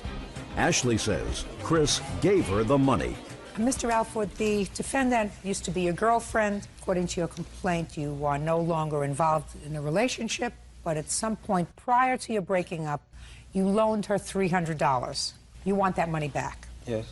This was after we broke up. Like, we broke up, then she called me. So you lent her the money after you were no longer together? Yes. When did you lend her the money, sir? I sent it the 1st of July. Tell me about that. All right, we broke up with her when she came up. She came up where? To Philly. We was no longer seeing each other. You live in Philadelphia? Yes. You live where? Florida. And when did she come to Philadelphia? Like the beginning of June. Who did she stay with? Her mom, I guess. Your mom lives in Philadelphia? Outside of Philadelphia. Stop moving up and down. When she came up to Philadelphia to visit her mother, and you, I assume. I saw her a couple hours. That's not Were true, you still Your Honor. dating? Then, yeah. What caused you to stop seeing each other in a romantic way? Chris Alford says ex-girlfriend Ashley Griffin owes for a loan to pay her rent. Chris also says Ashley is a two-timer. Okay, go ahead. All right, she missed her flight, right? In the morning time, she missed her flight. She missed her flight going back to Florida? Yes. When was that? I don't know the exact date. It was sometime in July. He said you went up in June. No, it was like the middle of July sometime. Did you miss your flight going home? Yes, ma'am. When you were in Philadelphia? Yes, ma'am. All right. What happened when she missed her flight, sir? She missed her flight, and she called some guy and was like, I missed my flight. It cost $50 or something to pay the balance or something. And I was like, who's that on the phone? And I turned around, whatever, because I was half asleep when all this happened. She hit me, whatever, like, oh, I missed my flight. So what you're saying is she was sleeping over at your house? Mm-hmm. Yes. Well, then you were with her more than just a couple of hours during this visit to Philadelphia. Okay. All right, so you decided you didn't want to see her anymore because she was talking to somebody else and borrowed $50 from somebody else. Is that what you're trying to tell me, Mr. Alford? Could we get to it, please? All right. Is that what happened? Other stuff, too, but that's what started it all. And then this other young man sent you money or called up and said, add the ticket on his credit card, and you went home. Yes, ma'am. Tell me why you needed this $300, Miss Griffin. Can I start from the beginning? No. Well, because I was going back home in July. So I had already bought my ticket, and I was short for my rent. So I asked him for the money. I didn't say, can I borrow it? I asked him, can I have it? And he said, yeah. And he gave me the money. So you needed the $300 for rent because you'd spent the money. But I was off, and we spent more than just that night together. He picked me up from the airport, and I was with him that day, and we went to go pick up his witness. Tell me about when you called him and asked him for the money. Well, I called him, and I pretty much said I needed the money for the rent because I was short. Where were you when he gave you the money? I was at my house. In Florida? Yes, ma'am. He Western Unioned me the money. You have the receipt for Western Union? Yes, I do. Can I see it, please? Mr. Alford, I'd like you to tell me about the conversation that you had with her about the $300, please. All right, I'm in the car, me and 3 friends of mine, and my phone rings. And I put it on speaker because I couldn't drive and talk. So I'm talking to her, and she's like, oh my God, I don't have enough money to pay for my rent, this, and that. And I'm like, at first I'm like, oh, like, what am I supposed to do about that? Then she said, would it be possible if you could send me $300 and I will pay you back next Friday on my paycheck? Everybody in the car heard her say that. Don't say what they heard. Did you hear it? I heard it clearly. It's right here. The phone's right here. I was listening, talking like, all right, well, I can't spare it. I mean, so you got to send it back next Friday. And you can see on that on Western Union, date was July 1st. If she just now said she was in Philly. You're absolutely right, sir. It was July 1st. I said he sent me the money July 1st. I said I went home after July 1st. Are you telling me you went home and then continued your relationship with him after he sent you the money? Yes, we were still together, so I don't know why he's saying we weren't. We were together at that time. Why would I stay at his house? Why would he pick me up from the airport if we weren't together? He says it was in June. It was in June. That's why you was at my house. It was in June, man. Well, you must have your airline ticket. I don't have it. Who was this other person that you called for $50? All right, when he came down, he knew about the guy already. Don't tell me what he knew. I didn't ask you for a whole story. I said, who was this other person? It was some other guy that I was messing with. So now what you want me to believe is he sent you $300 to help you cover your rent. Then you went up to Philadelphia to see him. But at the time that he sent you the $300 for the rent, you were messing around with somebody else that he didn't know about. Is that right? No, he knew about him. We were only like friends. No, we weren't friends. We were more than friends. But at that time, I knew I could depend on him. You have to learn that you have to stand on your own 2 feet. You have to stop relying on people, and you have to stop using people. Do you understand? Yes, ma'am. Good. Judgment for the plaintiff in the amount of $300. That's all. Thank you. Parties are excused. You may step out. Roberta Schumann is suing her ex-boyfriend, Scott Beer, for a loan to buy a Harley-Davidson. Scott says Roberta stopped paying rent, so he owes her nothing. Ms. Schumann, Mr. Beer and you were in a relationship for a period of time. You also lived with him for a period of time in his home. You claim that you made a loan to him so that he... Now, Mr. Beer acknowledges that you made this loan to him. Correct. He says that subsequently you moved in with him and you agreed to pay rent, which you didn't pay. Correct. And you made a new arrangement whereby he would pay your portion of the rent that you had agreed to pay and deduct that from the loan. And by the time he told you to leave, you had done several things. First, you stole a money jar from him, which you acknowledged that you did because you were annoyed. And then there were some other small items that ate into this loan. But you claim that there was never an agreement with regard to the rent in exchange for the loan. That is correct. Okay. On what date did you make the loan? Well, there was 2. There was 2 dates. One was 11. One right after the other. I know. Give me the 2 dates. Like April of 2007. And when did you move in with Mr. Beer? May 15th. Right afterwards? Yes. Where had you been living? I lived in my own townhouse in Blaine. What did you do with your townhouse? I sold it. I found out 3 days before I was moving in with Mr. Beer that he was sleeping with my best friend. I don't care about that. You want to discuss that, go someplace else. It has nothing to do with me. You sold your townhouse, you moved in with him. What was the rent agreement? $300 per person is what he charged his other tenants when they lived there before. It was a couple. He charged them $600. And how much were you supposed to pay in rent? He assumed $600. No. What did you discuss? It was $600 when my son was supposed to come and live with us. My son never came and lived with us. I never even had a key to the door. I don't care whether you had a key to the door. You slept there, correct? Correct. And there was an agreement to pay rent. All I'm trying to do is figure out how much. How much, sir? $600 for the basement. Is that where she was living? Yep. She wasn't staying with you? Most of the time. What does that mean? Off and on, she'd stay up in my place. But, I mean, it was running the house, too. Where were her clothes? In the basement. Is it a legal apartment in the basement? Yeah, it's a regular house. And you had a couple there living before? Yes. And how much was the rent before? $600. Okay. Your Honor. What? There was also an extra bedroom downstairs in the basement that was never used while I lived there. I don't care. I mean, I didn't get a legitimate answer from you, so I asked him. Okay. So you moved in May 13th, is that correct? Yes. How much was the loan for the motorcycle? $3,100. Okay, now you stole $100 from him in coins, is that correct? That is correct. Okay, so now he owes you $3,000. You moved in on May 13th. When did you pay rent for the first time? The actual, when I gave him the lump sum, I gave him $1,700 in July, and then 3 days after that, I gave him $600 for the rent that he claims... Just a second. You gave him $3,000, according to you, for the motorcycle. I have deducted the $100 that you stole from him. Mm-hmm. You moved in May 13th. When did you pay rent for the first time? What month?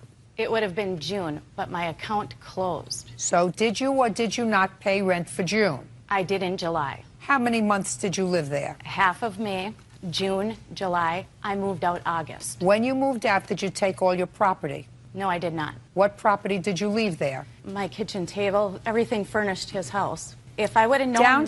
Listen to me. Downstairs, in the basement, what items of furniture did you leave there? A bed, a couch, and a TV. Under what circumstances did you leave that stuff? Because he threw me out. I had no key to the house. He threw me out. The end of August, I packed my bag. I stayed with a friend in Minneapolis. Until when? Until November 12th was when I moved out. I had surgery on my leg, November 10th. Okay. Did you subsequently rent the basement to your townhouse? I didn't rent my basement until January, I think. The first time I had somebody come in. And when did you move out, Miss Beer? August what? August 24th is when he bought the house. So you owe him for 3.5 months' rent. But he told me that my stuff was there in storage. If I wanted to, I could have put it in a storage, which was $85 a month. I don't care if it was 80. I said you owe him so far 3.5 months' rent for the time you were living there. Half of May, June, July, and August. That's 3.5 months that you didn't pay. Or Yes, did you pay? Yes, I did, in July. Did you pay him in July? Yes, I did. Did the check clear? It was money orders that I had because he would only accept cash, which I agreed with that. Well, because you gave him a bad check once. It was a closed account. Well, a closed account is a bad check. Did she subsequently pay you? I have never seen that. You've Any never money? seen the cash? No, I Okay, did not. so show me. Don't talk to my him. God. Talk to me. Show me what you claim you paid him for July. July 24th, I paid him $1,700 cash because he said that these checks, which he had reserved Show me. money, I had cash. He wouldn't take anything but cash. And then 3 days later, I paid him for August rent, which was $600. Did you own a townhouse? Yes. You're a businesswoman. Yes, You I'm own a a real townhouse, estate or you're a businesswoman. If you're a real estate agent and things aren't going well, then you don't give him cash. I don't believe that you gave him cash without a receipt. Did you get a receipt? No, I did not. Yeah, then I don't believe you. I had a check that was revolving. This was I my don't business account. believe you. You're a businesswoman, a real estate agent. Real estate agents don't pay cash for their rent, especially when they write out a check for a closed account. They may pay rent, and then they say, may I have a receipt, please, because I need that for my records. Well, every single day that I came home, he would lock the door because I didn't have a Then key. move out. Then move out. How old are you? I tried. It costed me almost $700 to get a mover to come in there. If My I would dear, have known you just that, told me you gave him $1,700 in cash. I did. If you didn't have a key to the house and things were miserable, then you move out. he made my life miserable. As soon as I got there, I wanted to get out. Very good. Is there any reason why you didn't rent that apartment after she moved out? Well, at first, her stuff was in the way. I mean, What it's pretty, stuff? Oh, please, her you couch, used my stuff. What her stuff? Her couch, her bed. Well, that's all But right. she- You can I move mean, somebody in there. You rent it furnished. What? Exactly, but she also said that while she was gone, that she just needed a month to get her stuff moved out. I said, all right, I'm gonna start charging you rent. Well, then it was 2 He months did after not. that her stuff was still there. So, Okay. I mean, yes, It was I finally storage did. fee. If I would have known that, it would have been $85 a month to move my stuff into storage. He agreed to leave my stuff there until I could That's find fine. a place to live. That's fine. You still owe him for rent, which I don't believe you paid. What else? And then when she did move out, I got damages of my doors. Did you file a counterclaim, sir? I did not. Then I can't help you. All right, but how about for my Harley Davidson jacket that she took back from me? Do you have a He threw it on counterclaim, the sir? garbage and said I didn't want it. Am I speaking to you? Do you file a counterclaim, sir? No, I did not. Then I cannot help you. Okay, So far, you owe her $900 okay, on the loan. Got it? yep. I've given you credit for 3.5 months' rent, which I don't believe she paid, and which she agreed to pay. Got it? Okay, Do you have your bike? I have my bike. Good. That's all. Thank you. Timothy Glenn says ex-landlord Elena Chavez owes for an illegal eviction. Elena is countersuing for a security deposit, the return of property, and sexual battery. Is this your son? Yes, ma'am. Would you ask the young man to wait outside until we're ready for him? Sure. If ever.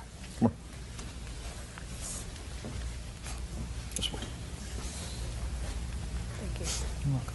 Thanks. You're welcome. Mr. Glenn, according to your complaint, you rented a room from Mrs. Chavez with your son. Yes, ma'am. And you claim that she unlawfully locked you out of the apartment. Yes, ma'am. You suffered damages as a result of this unlawful eviction. You want returned your rent, a deposit, your moving expenses, and punitive damages. Yes, ma'am. Ms. Chavez says that she never locked you out of the apartment. You left, and she is counterclaiming for a variety of things: stolen property, damage to the apartment, and sexual battery, that she will explain to me. When did you rent this room, and why were you looking for a room? My son and I were living in an environment that I felt was unacceptable for him. My work hours are late, and I wanted somewhere where I could consider him home at 12 years old. So I responded to an ad for a room for rent in a beautiful home, and I quote to you, cable, DSL, nice neighborhood. And I met Elena with my wife, and I told her that... Were you and your wife living together? No, at the time, no. I went through 17 months of self-employment, and financial problems prerequisited her to move in with her parents, and myself and my 12-year-old son to move into a smaller residence. We had a condo. Your son is not the product of this marriage? No, no, ma'am. So you were separated from your wife at the time? Yes. And we left and had a good conversation with Elena the first time I met her. And, when was that? That was, I think, late May of this year. When did you move into the room? June... About June 28th. June 28th or something to that effect. She may have documents to... Is that right? When did he move in? He moved in July 2nd. Do you have a lease? Yes, ma'am. I can see it, please. This is for the first room, and this is for the second room. How many rooms were there? There were two. The first one, the 28th, the second, I mean, it's 4 days difference. When I had the conversation with Lynn and my wife concerning the potential rental, and my wife and I spoke about it, we thought it was a good idea, but I didn't have the capital. She wanted a month's rent and a month's rent for deposit. So I approached her again some days later and asked her if she'd be willing to rent to me with just the rent up front, and then we can make payments or something for the deposit. She hesitated not 1 second, absolutely. So my son and I, we moved into a small room that was very small, but it accommodated us. Nice house. We went into the other room after the fact. It was a much larger master bedroom. So. Okay, how much was the rent on the second room? $800 per month. Is that right? Yes, it is. So you were in the second room, $800 per month, on or about the beginning of July, and you paid her how much? She probably has receipts for that effect also, 7 something, and... Mr. Glenn, you knew you were coming to court today. Right. My stuff is all over the place in storage and everywhere because of this. Mr. Glenn, that's not my problem. That's your problem. You know I you're understand. coming to court. If your stuff is all over and you're talking about a couple of months ago, you get it. You get it together so that you have it. I apologize. Ms. Chavez, how much did he pay you when he moved in the beginning of July? When he moved in the beginning of July, he gave me $600. The last payment he gave me to complete that was $200, supposedly $200, but he only gave me $150 of it, lacking $50. Oh, $750 you received from him the entire month of July, and what was owing on that room was $800 for the rent. Is that right? The security deposit, how much did you receive for security deposit? He never paid that, Your Honor. Is that correct, sir? Not during the month of July. That's what I'm asking you. So the month of July, you never paid for the security deposit, No, ma'am. and you were $50 short on rent. Yes, Now ma'am. let's get to August. Okay. How much did he pay you for the entire month of August? $770. So for the entire month of August, you were $30 short in rent, correct, sir? Mm-hmm. And how much did he pay towards the security deposit? Nothing, Your Honor. Is that correct, sir? No, ma'am. And How much did you pay towards the security deposit in August? in the month of August, I paid $80 to her on the 26th, and I think I paid her $172 or something down to my penny in the 1st of August. So it's about $250 and 20 cents, roughly. For deposit. And an additional $770 For rent. For rent. Right. Yes. That's not true. I give him receipts when he gives me money, and She gives me receipts like this sometimes also. Just a second. In any event, there came a time, according to you, take your hands off your hips. Yes, ma'am. Came a time, according to you, in the month of August, that you told her you were leaving. Yes, ma'am. When did you tell her you were leaving? August the 26th, I was paid by a side job that I did. I'm an auto mechanic, fixed her car a few times, and said, "Hey, Lena, let me give you $80, towards my rent, because I'm going to be about $80 short." She took the cash money, And she put it in her pocket, and she said, Tim, I can't put that towards the rent. That's got to go towards the deposit. And I said, okay, understandably so. But if you do that right now, I won't have the rent complete on the 1st. And she goes, it's not my problem. I don't have nothing to do with it. So I told her, I'm going to move out on the 1st. I'll make other arrangements, okay? That was Saturday the 26th, I believe it was. Okay. Sunday, we go to court, my son and I mean court. We went to church, and when we walked out of church, I turned my cell phone on, and I received a voicemail from Elena, and I can't quote you exactly, but the gist of the thing was, is I've been crunching some numbers, and you owe me $290 right now, she told me, and until I get that money, you will not get back in the house, and you will have to take me to court for your property. This is the day before school starts, and I have a 12-year-old boy, all right? So I called her based on that voicemail, and I said, do you want to call the sheriff, or do you want me to call the sheriff, because I've paid you all the rent for this month. I gave her 80 bucks. Well, you hadn't. You were still shy. But she is still required to go to court to evict you. So she says, okay, you know what, you call them if you want to. So I call the sheriff. 40 minutes later, they show up. I take my cell phone out. I play the voicemail for the sheriff. She said in the voicemail, you know, until you pay me the money, you're not getting your stuff. The sheriff said, I can't touch this. But if you want to go knock on the door, I'll stand there to effect the peace, okay? So I approach the door and I knock, very lightly. Okay, there are people there, and Justin's mom was there also. He's one of the witnesses for her. And no one answers the door. The sheriff then decides to knock on the door herself, somewhat louder. Okay, we know we've gotten attention at this point. No one will answer the door. Then the sheriff decides to take the flashlight. Knock, knock, knock. She's getting angry, the female deputy, all right? We see Elena through the door window go upstairs quickly, and she won't answer. Sometime later, Elena comes to the window and says, who is it that's knocking at my door? And she said, this is the sheriff's department, ma'am, I need to speak to you. And she said, go ahead. And she said, I need you to come to the door. And she goes, I'm not going to open the door for him. And she said, why not? And she said, because he owes me money. And the sheriff's department said, do you have an eviction papers? Do you have anything like that you can show me? And she goes, no, but he owes me money and I'm not letting him until he pays. Justin's mom comes to the door to come outside of the house, and she walks out. When she does, the deputy puts her foot in the front door. And Elena tried to close the door on the deputy. And the deputy said, I'm not having that. And she bowled her way into the house. I think you'll get a chance. Do you think I need help? I'm sorry. You have to understand what I've been through. I apologize. Go ahead. This is unbelievable. The deputy then forced their way into the house, at which point Elena became completely irate. Just unbelievable. She almost sat on the ground going nuts. She told them I stole money from her.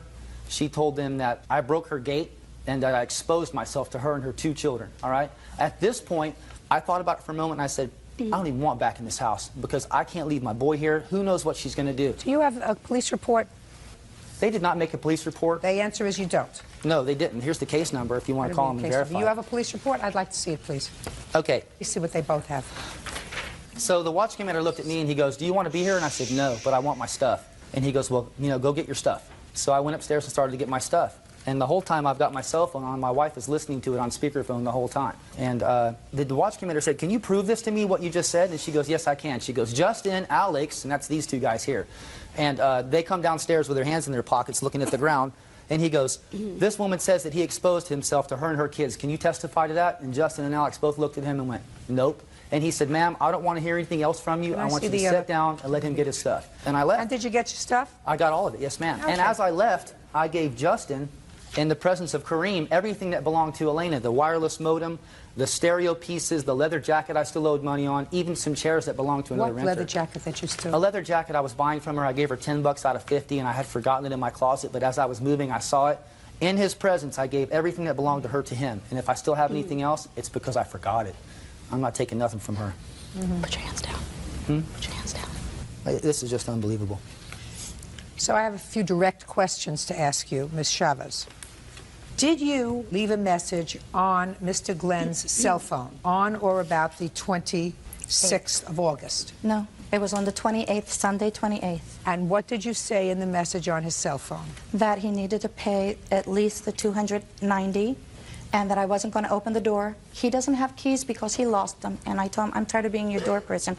He's broken my gate trying to get over the gate to get into back to get in the house. Listen, I asked you what you said that he on needed the to voice. pay that to get in the house and that I wasn't going to open the door if he wanted to come in. Listen to me. You cannot do that. You cannot lock him out. You cannot prevent him from entering. That's an illegal eviction. You cannot do that. I wasn't doing that. Yes, you were. Ms. Chavez, Honor, you absolutely were. I didn't change the locks. I don't care whether I you didn't do changed the locks. anything. Listen to me. I read the police. If he went and got his keys, he could have come in. I'm speaking. You were home when the police came to your door. Yes, I was. You refused initially to open the door for the police. For him. The police had to open Miss Chavez! You refused to open the door for the police. You cannot do that.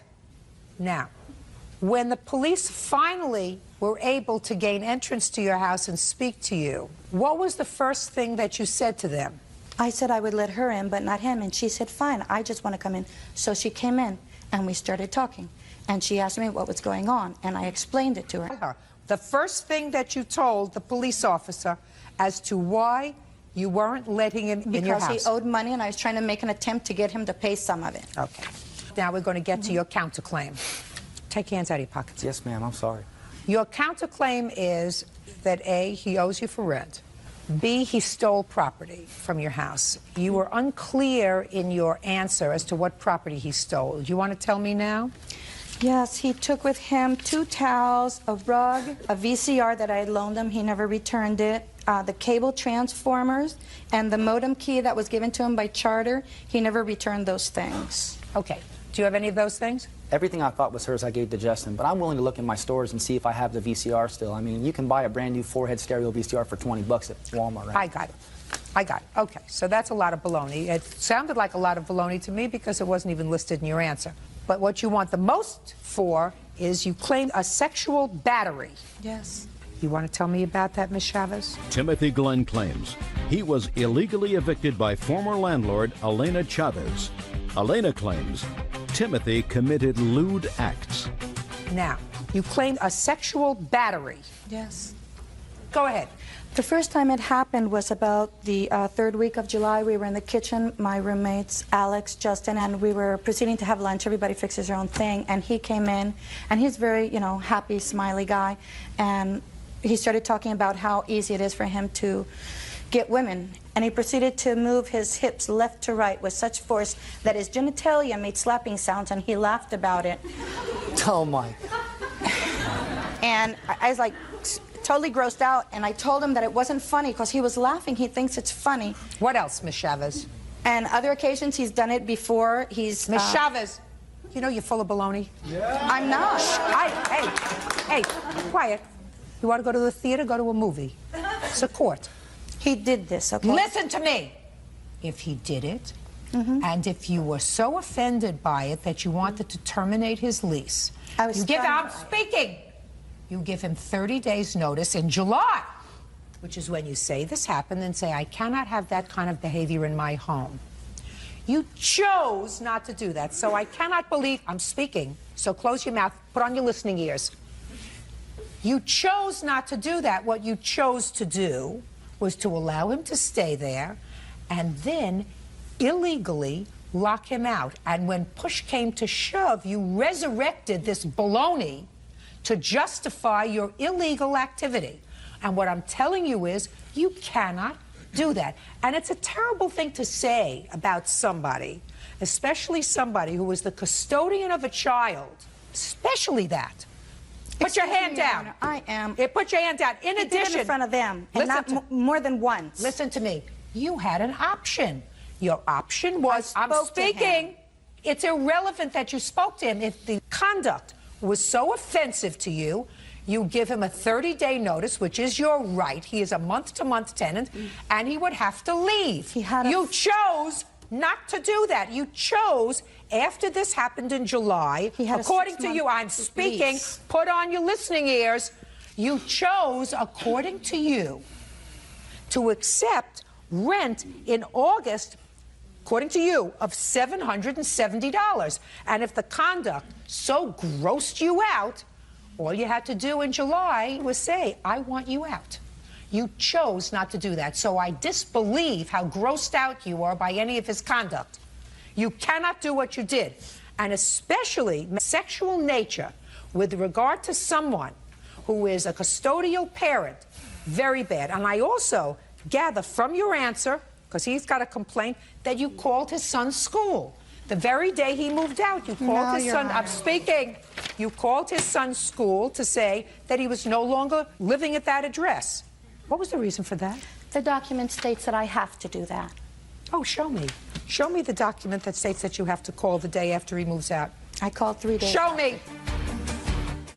Well, unfortunately, Mr. Glenn, this form that she has indicates that she has to advise the school within 3 days if you've changed your residence. Okay, well, that's not all she told the principal. Well, I don't know what she told the principal unless you have the principal here. No, he wouldn't come. Well, your allegation is that vindictively, and I guarantee you vindictively she made this call, but she is required to do it, and therefore I cannot in good conscience rule in your favor with regard to that part of your complaint. I think Ms. Chavez acted wrongly. I think she made an excuse for her behavior after the police told her that she couldn't evict you. I agree. She couldn't lock you out, and she said, well, you were a threat to her because you sexually battered her. You may have been guilty of poor judgment or poor taste in your storytelling, Mr. Glenn, but there is no evidence whatsoever of sexual battery. Is there? Right. Okay. Mr. Glenn, where did you go after you left her house? Well, I went to Kareem Pardini's house that night. We didn't know where we were going to go until about 7 p.m. Okay, so you went to somebody's house, you slept there. Where are you living now? Right now, we're living next door to my wife in Altaloma. We're on the way back again, and it's great. I mean, everything's coming together. Well, that's fine. So it worked out reasonably well, but I believe that you have to be compensated, not just because she refused to allow you in, because ultimately what you said was, I'm afraid to leave my son here because she's acting like a nut. Hey. So I'm going to take my son and go elsewhere because I can't leave him here, and she acted improperly. Whether it was I'm speaking. I'm sorry. I believe the fact that she told the police this baloney story about sexual battery is worthy of compensation. And it's worthy of compensation because of who you are, because of the fact that you are a custodial parent. And I don't think that she has the right to use that as an excuse for her illegal behavior. Judgment for the plaintiff in the amount of $2,500. Your counterclaim is dismissed. That's all. Parties are excused. You may step out. Cab driver Steve Stover is suing 24-year-old waitress Angela Morton and her friend, 23-year-old sales agent Jessica Shibley, for false prosecution. They claim Steve was arrested because he fractured Jessica's cheekbone when he hit her with a credit card machine. Order. All rise.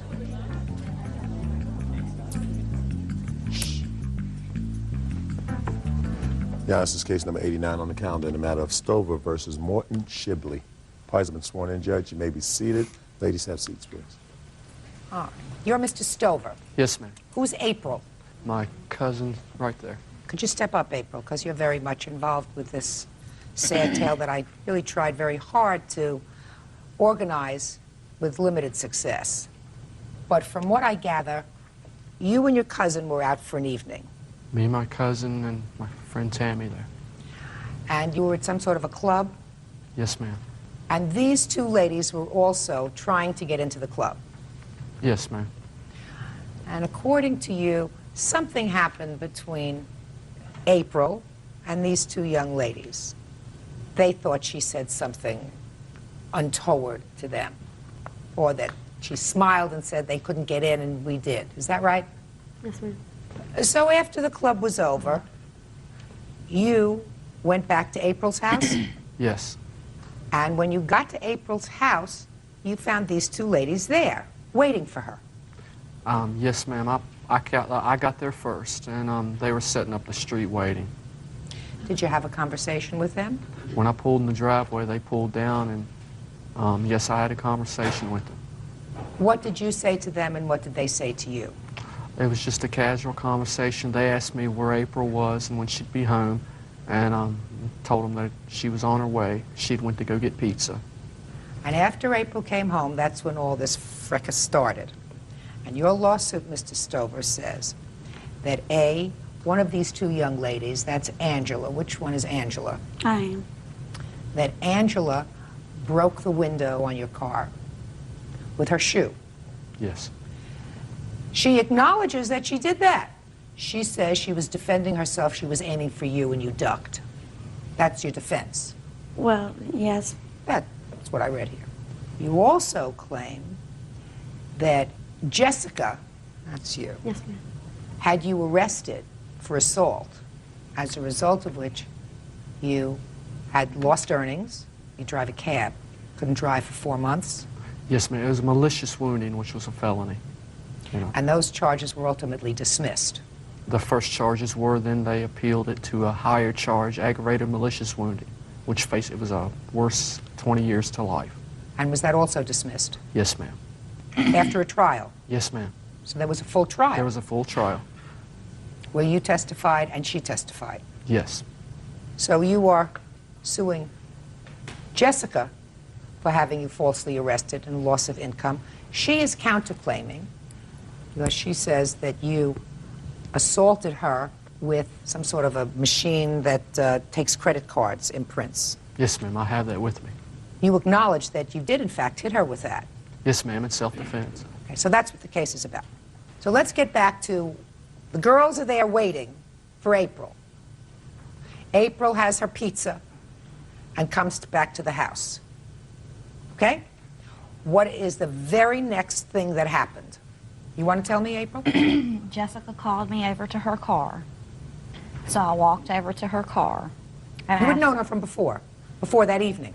Yeah. As far as I knew, we were friends. We had talked every time we'd seen each other out. We had talked to each other. Okay. So she called you over to her car? Yes. I walked over to her car, asked her what was going on. As soon as I did that, she reached out, grabbed me by the back of my hair, twisted me, and had me upside down in her car. The top of my head was in her lap. Okay. Then what happened? I asked her what was going on. She said I was talking or dancing with her boyfriend, which was not true. We were there maybe 10 minutes at that club. She still got you in the car? She has me in this underneath with my head. So you're talking? Yeah, I was trying to talk nice and calm to her, and I thought we were friends at that time, Okay, well, clearly at that time she didn't want to be your friend. Evidently not. So what happened? I just kept asking her why she was doing it, and I yelled for Steve. I was like, Steve, come over here and tell her what we did. So Steve eventually comes over. And what happened, Steve, when you walked over? Well, when she first hollered for me, I didn't know what was going on. I didn't realize the seriousness of it. And then I eventually went over there and seen what was going on. And we both were trying to reason with Jessica. We told her whatever we did, if we laughed at you, we were sorry. And that's when Angie got out of the other side. Who was driving? Angie. Go ahead. And she got out, and when she come out, she had a lock blade knife, and she brandished it to Brad and myself. And it pretty much scared us right bad. Then she got back in the driver's side, and as far as I could see, she folded the knife up and put it in the middle console. So that's when I was worried for her, because the way her head was in the car, you know, I was... Her head was still in the car? Yes, her head was still in... I was thinking the worst, you know, she could have got cut or anything. So I did what I had to do. I beat down on Jessica's arms and got April's hair loose. And she fell back onto the ground. Then they got mad because I'd got her loose. They chased me to my truck. Jessica was first chasing me, and I was running to my truck trying to get to the phone so I could call the police. And I didn't know who had the knife at the time. So I used to work for a frozen food company selling frozen food, so I had a credit card machine. And I grabbed the first thing I could out of my truck, and I've got the credit card machine here if you'd like to see it. Mm-hmm, I would. Okay.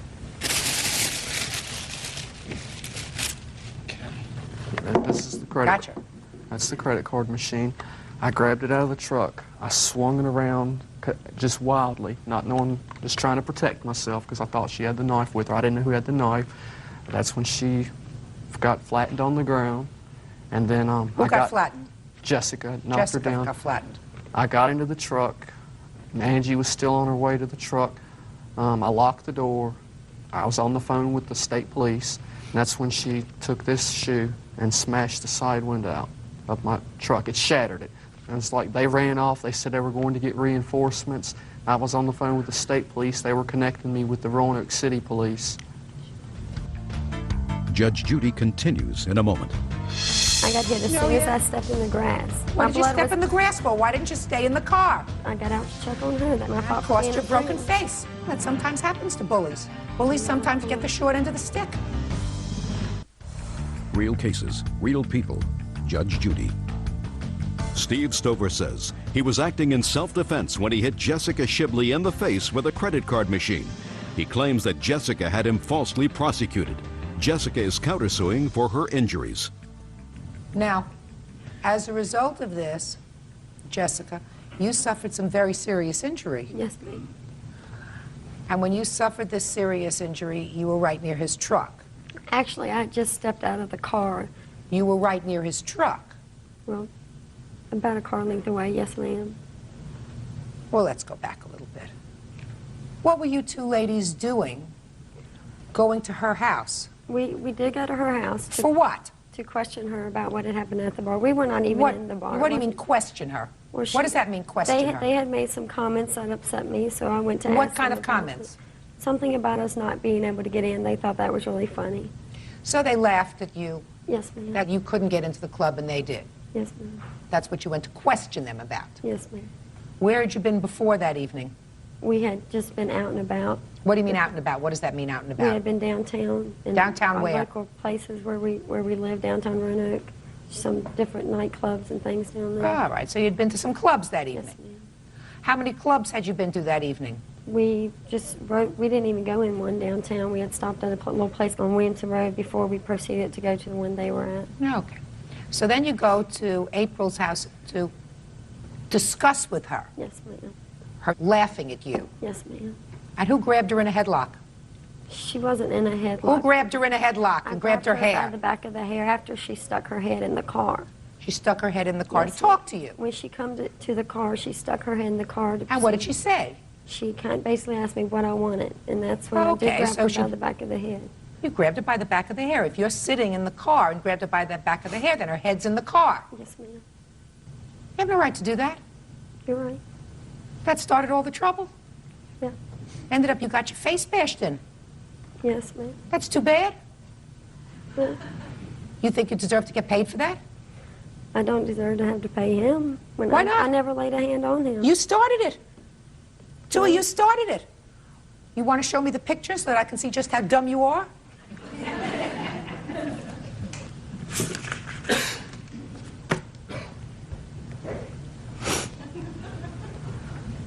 That's pretty dumb.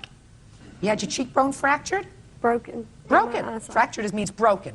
Oh, yeah. Broken. Huh. You had surgery? Yes, ma'am. That's pretty bad. What kind of knife was there? There was no. Don't tell me there was no knife. I don't want to hear there was no knife. Do you understand? I don't want to hear there was no knife. Now, it could have been a little knife. It could have been one of those little red knives. What do they call those? Swiss Army knives. You know. I never held a knife. I never seen a knife. Yeah. And that is after my surgery. The police would not release the other pictures before the thing. Oh, I'm sure they were terrible. Yes. Who do you have to blame for that? Steve? No! You! He was protecting his cousin. His cousin was in the house when I had gotten hit. Angela was out Just of the a car. minute. If her cousin was in the house, After and you this had come happened- to speak, listen to me. If she had run into the house because her head got loose, right? And you had finished your conversation with her, Yes, ma'am. what were you doing out of the car? Because as I looked over to leave Angela, she was gone out of the car. I stepped out of the car to check on her, and that's What do you when I mean got- check on her? What was she doing out of the car? I have no idea. All I know, as it was going on, they were yelling about guns and everything. So I look over and she's gone. I get out to make sure she's okay, and that's when I got hit. No one chased anyone. I got hit as Oh, soon as yeah? I stepped in the grass. Why My did you blood step was- in the grass for? Why didn't you stay in the car? I got out to check on her. That's my That fault for cost being you a a broken friend. face. You started this trouble. I believe him when he says there was a knife in the console of the car, that he had seen it. Oh, I believe that. So your counterclaim is dismissed. Whatever bills you had for your face, take care of them. You went over there to cause trouble that evening. There's no question in my mind that you did. And you got it. You got more trouble than you bargained for. Well, that sometimes happens to bullies. Bullies sometimes get the short end of the stick. Judge Judy continues in a moment. I didn't smash his window in. I threw my shoe. You it told hit me in his your window. answer, madam, that you were aiming for him. No, I threw my shoe at him, and it hit Right. his- What word didn't you understand that I said? Real cases, real people. Judge Judy. Steve Stover is suing Angela Morton and Jessica Shibley for having him falsely prosecuted and for smashing his windshield. So the police were called, right? Yes, ma'am. When were you stopped? The police never come to us. We went up the street, which my mother lives 3 houses up the street. from this. We went to another friend's house, and she called the ambulance. The ambulance come, the police come. I went straight to emergency room. And what'd you break his window for? I broke his window because he was trying to leave and she was laying on the ground and I was scared, so I just threw my shoe. I wasn't running up to his truck and I didn't smash his window in. I threw my shoe. You told me in your answer, madam, that you were aiming for him. No, I threw my shoe at him and it hit Right. his, Right, that's what you truck. said. What word didn't you understand that I said? You said in your answer, I was aiming for him, and he ducked, and I hit the window. Yes. Why? Because she was laying on the ground. I didn't know what he was going back in his truck to get, if he was going to hit me. What were you doing out of your car? I was out of my car because they were screaming stuff. I didn't want them to run up on me and hit me. They weren't running anywhere. She was in the house, according to your friend, and he had walked away. So what did you get out of your car for? I got out of my car because him and Brad were hollering stuff. And you didn't like that they were hollering stuff? You have... No, I didn't know what they were going to do. Sticks and stones will break my bones, but names will never hurt me? I didn't know what they were going to do. I didn't want to be sitting in the car. Well, if you don't know what they're going to do, madam, then you get in your car and you go away. You don't get out of your car to confront them, especially when you've been the aggressor. You don't get out of your car. You stay in your car, and you go to her mother's house, which is 3 houses away. So you were arrested. Yes, ma'am. I was running. After I got my cousin loose, we all scattered, and we were running to get away from the trouble. They chased me to the truck. I believe that they chased you to the truck. Oh, I believe that they chased you to the truck. So you were, in fact, arrested. Yes, I was. How long were you incarcerated? I explained the story, what happened to the magistrate at the time, and he let me out on my own recognizance. And why do you say you lost earnings? Okay, originally, the first charge, when it was dismissed, they brought up new charges and made it aggravated malicious wounding, and it was a felony. And the city of Roanoke will not allow you, even though I hadn't been convicted, they will not allow me to have my cab license. Now, let me ask you this question. How many witnesses testified at the criminal trial? Myself, April, Tammy, and Brad. Tammy, you were there? Yes, ma'am. Step up here, please. Do you know these 2 young ladies? Yes, ma'am. Did you see Jessica get hit in the face? Yes, ma'am. I saw everything. Saw everything? Yes, ma'am. I was standing right there when everything happened. I would like you to tell me how close Jessica was to the truck when she got hit in the face. She was at the door to the truck because Steve reached in and he turned around and Jessica was there because they both ran past me to get to the truck. I was standing next to the car when everybody jumped out. She wasn't a truck length away? No. Judge Judy continues in a moment. Now, did you see Steve run to the truck? I saw Steve run to the truck because April went flying. Steve immediately ran to the truck past me, right next to me. Jessica jumped out of the car, ran past me. She jumped out of the... She came barreling out of the car. I mean, she jumped out of the car. How far did she have to run to get to the truck? About a car and a half length. But she was right behind him? She was right behind him. And where was Angela at this time? Angela was on the other side of the car, and she jumped out of the car at the same time Jessica did. Did she run up behind Jessica? She was at the door. As soon as Steve hit Jessica, Steve jumped in the car, locked the window. Angela was right there at the truck and smashed the window. I have other receipts also for a rental car. No, I don't need anything. You're suing the defendants, both defendants, for $5,000. You're claiming that as a result of their actions, you were arrested, you had to go through 2 trials. Were you given a public defender, or did you have to hire a lawyer? I got a public defender. And you went through how many days of trial? The latter half of the trial lasted from about 12:30 in the afternoon to 6 in the evening, and then it was held over. The judge said he would make his decision. He was going to read over all the paperwork, and I had to come back the 26th. How many witnesses did you have at the trial? 1. Just 1. Evidently the judge didn't believe you. Me neither. Judgment for the plaintiff in the amount of $5,000. Your counterclaim's dismissed, that's all. Parties are excused. You may step out.